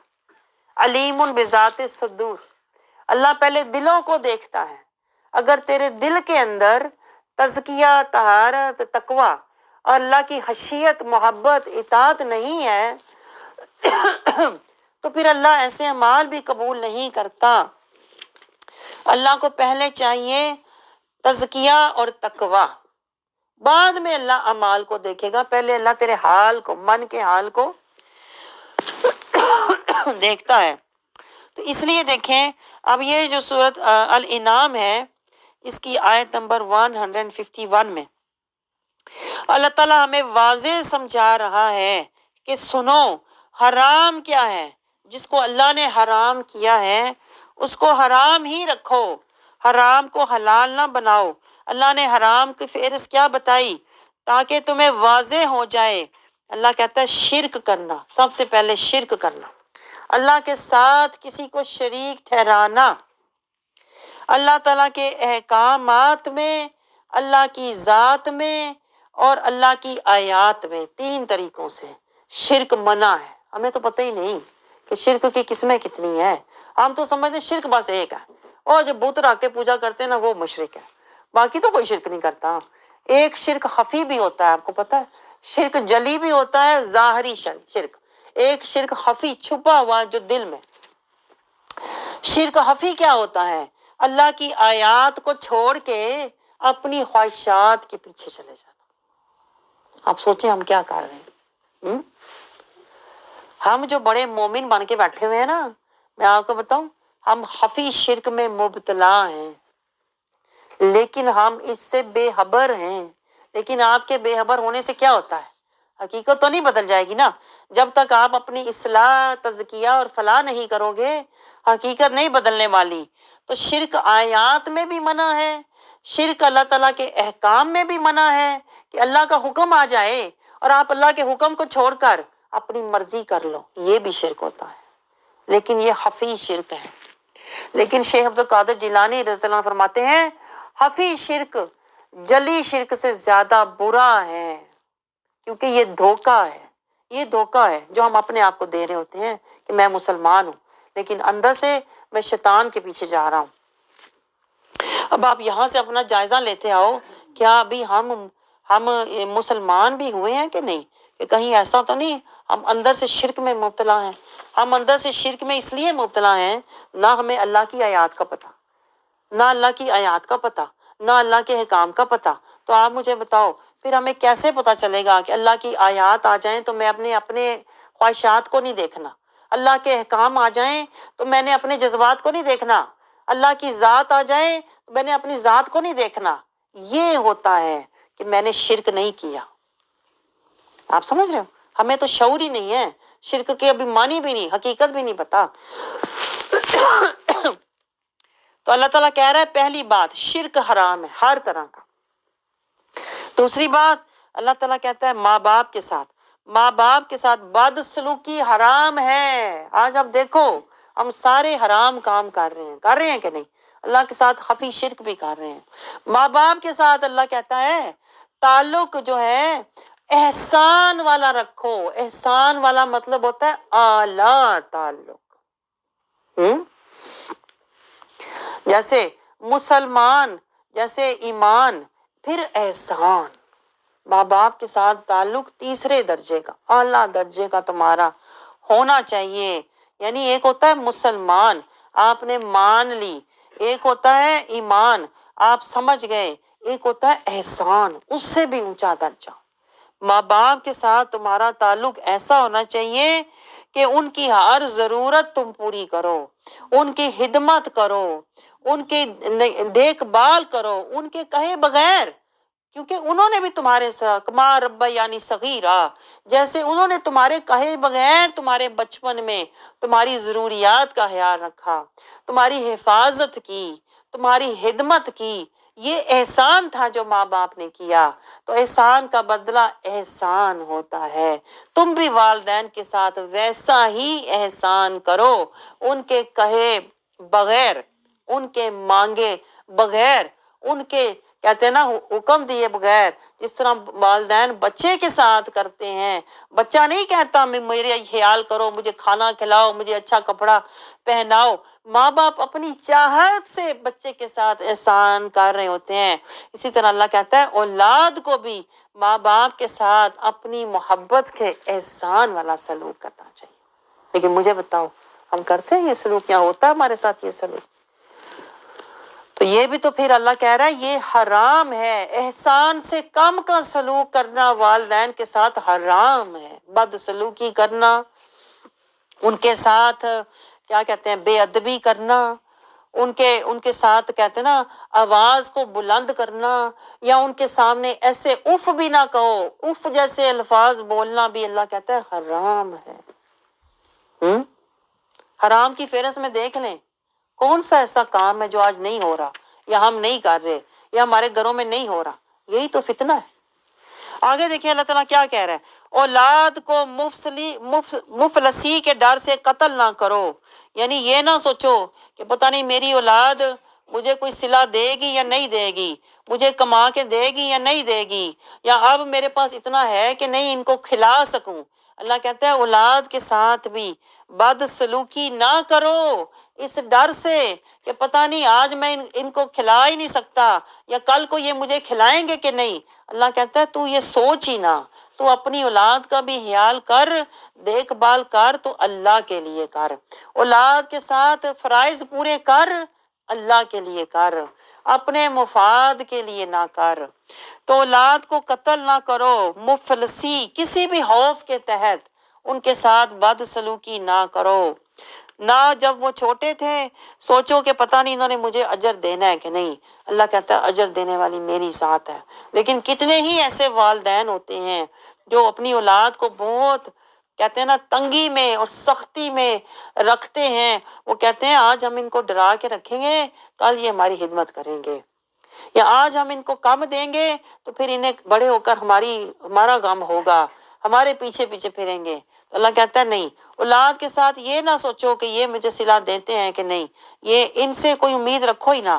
اللہ کہتا ہے صلہ میں دوں گا، اجر میں دوں گا. تم اپنی فرض پورا کرو اولاد کے سلسلے میں، انہیں جہاں تک ہو سکتا ہے اچھا کھلاؤ، اچھا پلاؤ، ان کے ساتھ بد سلوکی نہ کرو. آگے دیکھیں اللہ تعالیٰ کیا کہہ رہا ہے، یہ حرام کی فہرست اللہ بتا رہا ہے، یہ کام نہیں کر رہے. آگے اللہ تعالیٰ ہمیں سمجھا رہا ہے فواحش کے قریب بھی نہ جاؤ، جو فحش باتیں ہیں، برائی اور بے حیائی، یہ فیشن کے نام پر بے حیائی، یہ فیشن کے نام پر کہتے ہیں نا رسم رواج، جو کس طرح کی رسم رواج، یہ جو مکس گیدرنگ ہوتی ہے، یہ جو ڈانس پارٹیاں ہوتی ہیں، یہ اللہ کہتا ہے فواحش کے قریب بھی نہ جاؤ۔ پھر اللہ کہتا ہے قتل نہ کرو کسی کو ناحق قتل نہ کرو۔ اللہ کہتا ہے یہ میں تمہیں تاکیداً زور دے کر یہ باتیں تمہیں سمجھا رہا ہوں کہ تمہاری عقل کے لیے یہ باتیں اللہ تعالیٰ کہتا ہے شعور کے لیے میں تمہیں بتا رہا ہوں۔ لیکن آپ دیکھیں ان حرام کاموں میں سے کتنے کام ہیں جو ہم کر رہے ہیں۔ اللہ کہتا ہے فواحش کے قریب بھی نہ جاؤ، ایسے رسم و رواج کے قریب بھی نہ جاؤ، قریب پھٹکو بھی نہ، جہاں سے فحاشی کا رستہ نکلتا ہو۔ قریب نہ جاؤ کا مطلب ہوتا ہے جہاں سے بے حیائی کا رستہ نکلتا ہو، جہاں سے دیکھیں مکس گیدرنگ ہو، جہاں ایسے رسم و رواج ہوں، جیسے لوگ مہندیاں کرتے ہیں، مل کے ڈانس کرتے ہیں اور ویڈیوز بناتے ہیں، یعنی اللہ کہتا ہے قریب بھی نہ جاؤ جہاں سے فحاشی کا آغاز ہوتا ہے۔ لیکن ہم تو رسم و رواج کے نام پر اپنے مفاد کے لیے سب کچھ کرتے ہیں کہ نہیں؟ یہ حرام ہی تو کر رہے ہیں، اور اس پہ ہم کہتے ہیں ہم نے تو کبھی حرام کیا ہی نہیں، ہم تو حلال کھاتے ہیں، حلال کا کھاتے ہیں۔ یہ نہیں پتا حلال کا کھاتے ہیں، حرام کام تو کرتے ہیں نا، کام بھی تو دیکھو۔ آگے اللہ تعالیٰ ہمیں کیا سمجھا رہا ہے؟ پھر اللہ تعالیٰ کہتا ہے یتیم کے مال کے قریب بھی نہ جاؤ، یتیم کا مال ہے اس کے قریب بھی نہ جاؤ۔ لیکن مجھے بتاؤ کون خیال کرتا ہے کہ یتیم کے مال کے قریب نہیں جانا چاہیے؟ لوگ تو مفاد کے لیے جسے کہتے ہیں نا لوٹنے کی کوشش کرتے ہیں، کمزور سے فائدہ اٹھانے کی کوشش کرتے ہیں، جس کا دیکھتے ہیں کوئی پرسان حال نہیں ہے اس کا حق مارنے کی کوشش کرتے ہیں کہ نہیں لوگ اپنے مفاد کے لیے۔ پھر آگے اللہ تعالیٰ کہتا ہے انصاف سے کام لو۔ کون لیتا ہے انصاف سے کام؟ مجھے بتاؤ۔ اللہ کہتا ہے انصاف سے تولو، یعنی جب تم کسی کو کچھ دو تو برابری کی صورت میں دو، جو تمہیں اپنے لیے پسند ہے نا وہ دوسرے کے لیے دو۔ لیکن ہم کیا کرتے ہیں؟ جو خود اچھا نہیں لگتا وہ دوسرے کو دے دیتے ہیں، جو اپنے لیے پسند نہیں وہ دوسرے کو۔ اللہ تعالیٰ سمجھا رہے ہیں پھر تم عدل کرو، رشتہ داروں کے درمیان عدل کرو، رشتہ تمہارا اس سے ہے جو شریعت کا تابع دار ہے، جو شریعت کا، یہ عدل ہے۔ ہم تو سمجھتے ہیں رشتوں سے عدل ہے بس ان سے ملو، اچھا سلوک کرو، سامنے تعریفیں کرو، پیچھے غیبتیں کرو، یہ میں رشتہ نبھا رہا ہوں، میں رشتہ نبھا رہا ہوں جی، میں رشتہ نبھا رہا ہوں۔ اس کو رشتہ نبھانا نہیں کہتے، میں آپ کو بتاؤں۔ جو ہم بڑی خاطرداریاں اور تعریفیں کرتے ہیں اپنے تعلقات رکھنے کے لیے، یہ رشتہ نبھانا نہیں ہوتا۔ رشتہ نبھایا وہ ہوتا ہے جو شریعت کے ساتھ نبھایا جائے، شرعی حدود کے ساتھ نبھایا جائے۔ تو اللہ کہتا ہے جب رشتہ نبھاؤ تو شریعت کے ساتھ نبھاؤ۔ اور پھر آخر میں اللہ کہہ رہا ہے اور اللہ کا عہد پورا کرو۔ ہم کرتے ہیں اللہ کا عہد پورا؟ ہمیں پتہ ہے لا الہ پہ ہم نے چھوڑ دینا ہے، غافل، جاہل، ظالم، منافق، مفسد کو چھوڑ دینا ہے۔ اللہ کہتا ہے میرا عہد نبھاؤ۔ ہم تو نہیں نبھاتے۔ محمد رسول اللہ کی پیروی میں زندگی گزارو، ہم تو نہیں کرتے۔ تو حرام کام تو کتنے ہم بھی کر رہے ہیں کہ نہیں؟ نہ ہم شرعی طریقے سے رشتے نبھاتے ہیں، نہ ہم اپنی ذات کے لیے کہتے ہیں نا انصاف کی حدود میں رہتے ہیں، کسی کے ساتھ ظلم زیادتی نہ کرو، نہ زبان سے نہ اپنے عمل سے ظلم اور زیادتی نہ کرو۔ اللہ کہتا ہے یہ حرام چیزیں ہیں ساری ہیں۔ کلمے کا وعدہ نہیں نبھانا یہ حرام ہے، شریعت کی حد سے باہر نکل کر رشتے نبھانا حرام ہے، اپنی ذات کے لیے اچھا دوسروں کے لیے برا پسند کرنا حرام ہے، یتیم کے مال کے قریب بھی نہ جانا، اس کو نقصان پہنچانا حرام ہے، والدین کے ساتھ احسان سے کم کا سلوک کرنا، بے ادبی کرنا، گستاخی کرنا حرام ہے، اور پھر فواحش کے قریب بھی جانا حرام ہے۔ ہم تو فواحش کے بیچ میں جا کے بیٹھتے ہیں، اللہ تو کہتا ہے قریب بھی نہ پھٹکو، حرام ہے۔ اولاد کی کہتے ہیں نا بچپن میں اللہ کہتا ہے ان کے ساتھ مفلسی میں ان کو ڈر کی وجہ سے ان کو قتل نہ کرو، ان سے برا سلوک نہ کرو۔ لوگ تو کرتے ہیں کہ پتہ نہیں انہوں نے ہمیں کچھ دینا ہے کہ نہیں بڑے ہو کے، یہ بھی حرام ہے۔ پھر اللہ کہتا ہے میرے ساتھ میرے آیات اور احکامات میں شرک نہ کرو، کسی اپنی خواہشات کو میرے آگے نہ لے کے آؤ کہ میں نے اپنی خواہشات پہ چلنا ہے، قرآن کی آیات میں نہیں چلنا، حرام ہے۔ اب مجھے بتائیں کون سا حرام کام ہے جو ہم نہیں کر رہے ہیں؟ نام کے ہم مسلمان ہیں، کام سارے حرام ہیں۔ یہ ہے بے شعوری، یہ ہے ہماری بے شعوری۔ اس کو میں آپ سے کہتی ہوں ہمیں تو شعوری آگاہی بھی نہیں، ہمیں تو قلبی بیداری بھی نہیں کہ میرا قلب زندہ ہے کہ مردہ۔ اتنے حرام کام کیے، اتنے حرام کام کیے کہ دل مردہ ہی ہو گیا ہوا ہے، اب پتہ ہی نہیں ہمیں۔ دل مردہ لیے بیٹھے ہیں گھر میں، موج مستی کی زندگی گزار رہے ہیں اور وہ سارے حرام کام کر کے خوش ہو رہے ہیں، میں تو مسلمان، میں تو مسلمان، میں تو مسلمان۔ اللہ تعالیٰ کہتا ہے یہ ہے صراط المستقیم۔ یہ جو ساری میں نے آپ کو تفصیل بتائی ہے نا، اللہ خود کہہ رہا ہے 153 آیت میں، یہ ہے صراط المستقیم، ہر حرام سے بچو، اس کی پیروی کرو۔ یہ نصیحت اللہ کہتا ہے میں تمہیں کر رہا ہوں تاکہ تم تقوی والے متقی بنو۔ مجھے بتاؤ آج ہم بچتے ہیں ان حرام کاموں سے، جانے انجانے، بلکہ جان بوجھ کے نہ جانے، جان کے بھی ہم انجان بنے رہتے ہیں۔ یہاں سے تو میں نے سیکھا ہے، یہ ساری جب فہرست میں نے بنائی، اس ترتیب کو جب میں نے دیکھا، پھر مجھے سمجھ آیا ایک ایک قدم پہ یہ جو صراط المستقیم کا اللہ نے سارا بتایا نا، اس میں اللہ تعالیٰ نے سنت، سنت کے آگے اللہ کہتا ہے شریعت۔ دیکھیں پہلے اللہ تعالیٰ جب آغاز کرتا ہے نا تو اللہ کہتا ہے کہ شرک نہ کرو، یعنی میری آیات میں، میرے احکام میں شرک نہ کرو، اپنی خواہشات کے پیچھے نہ چلو۔ تو اللہ کہتا ہے یہ سنت ہے، یہ سنت ہے۔ یہاں سے میں نے سیکھا صراط المستقیم کیا ہے، پہلا قدم سنت پر چلو۔ پھر اللہ کہتا ہے ماں باپ کے ساتھ احسان والا سلوک کرو، یعنی شریعت کی حد میں رشتہ نبھاؤ، سنت کے آگے شریعت کو رکھو، سنت کے ساتھ اگلا قدم شریعت کا ہونا چاہیے۔ پھر اللہ تعالیٰ کہتا ہے اولاد کے ساتھ بھی اچھا سلوک کرو، فواحش کاموں کے پاس نہ جاؤ، یعنی شریعت کی حد میں زندگی گزارو، سنت کے ساتھ شریعت۔ آپ نے دیکھا یہ صراط المستقیم کا راستہ میں آپ کو سمجھا رہی ہوں جو ہم نے آج تک لیا ہی نہیں۔ ایک قدم سنت پہ ہو، اگلا قدم شریعت پر تمہارا ہونا چاہیے، یہ نہیں ایک قدم سنت پہ اگلا قدم میری خواہش پہ۔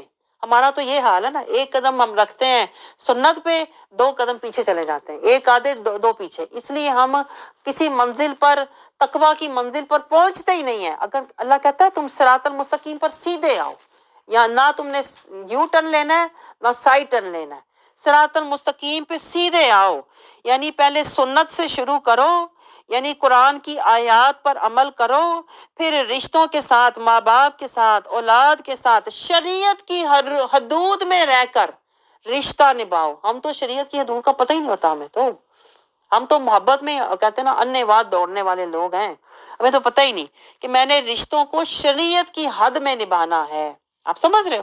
اللہ کہتا ہے پھر سنت کے آگے شریعت۔ پھر تیسرا اللہ تعالیٰ نے حکم ہمیں دیا ہے کیا، کہ یتیم کے مال کے قریب بھی نہ جاؤ، انصاف سے کام لو اور عدل میں رشتے نبھاؤ، عدل و انصاف سے کام لو۔ تیسرا قدم قرآن ہمیں سمجھا رہا ہے، یہ طریقت مصطفیٰ ہے۔ ہر وقت طریقہ مصطفیٰ میں رہو، جس طرح رسول اللہ نے عمل کر کے دکھایا ہے نا، انصاف اور یتیموں کے حقوق، وہ تم بھی عمل کرو۔ تو تیسرا قدم صراط المستقیم کا کیا بنا، سنت، شریعت، طریقت۔ پھر اللہ کہتا ہے کہ تم میرا وعدہ نبھاؤ، اللہ کا وعدہ نبھاؤ، یعنی رسول کی اطاعت میں زندگی گزارو، اتباع میں زندگی گزارو۔ تو یہ پورا بن گیا صراط المستقیم، عملی صراط المستقیم۔ آگے اللہ نے خود کہا ہے یہ ہے صراط المستقیم، اس کی پیروی میں زندگی گزارو تاکہ جب تم صراط المستقیم پر چلو تو تم تقوی والے بن جاؤ۔ آپ مجھے بتاؤ ہم عملی طور پر سنت، شریعت، طریقت، اطاعت، محبت اور اتباع مصطفیٰ میں زندگی گزارتے ایک سیدھے راستے پر؟ ہم نے تو آج تک صراط المستقیم سیدھا لیا ہی نہیں ہے۔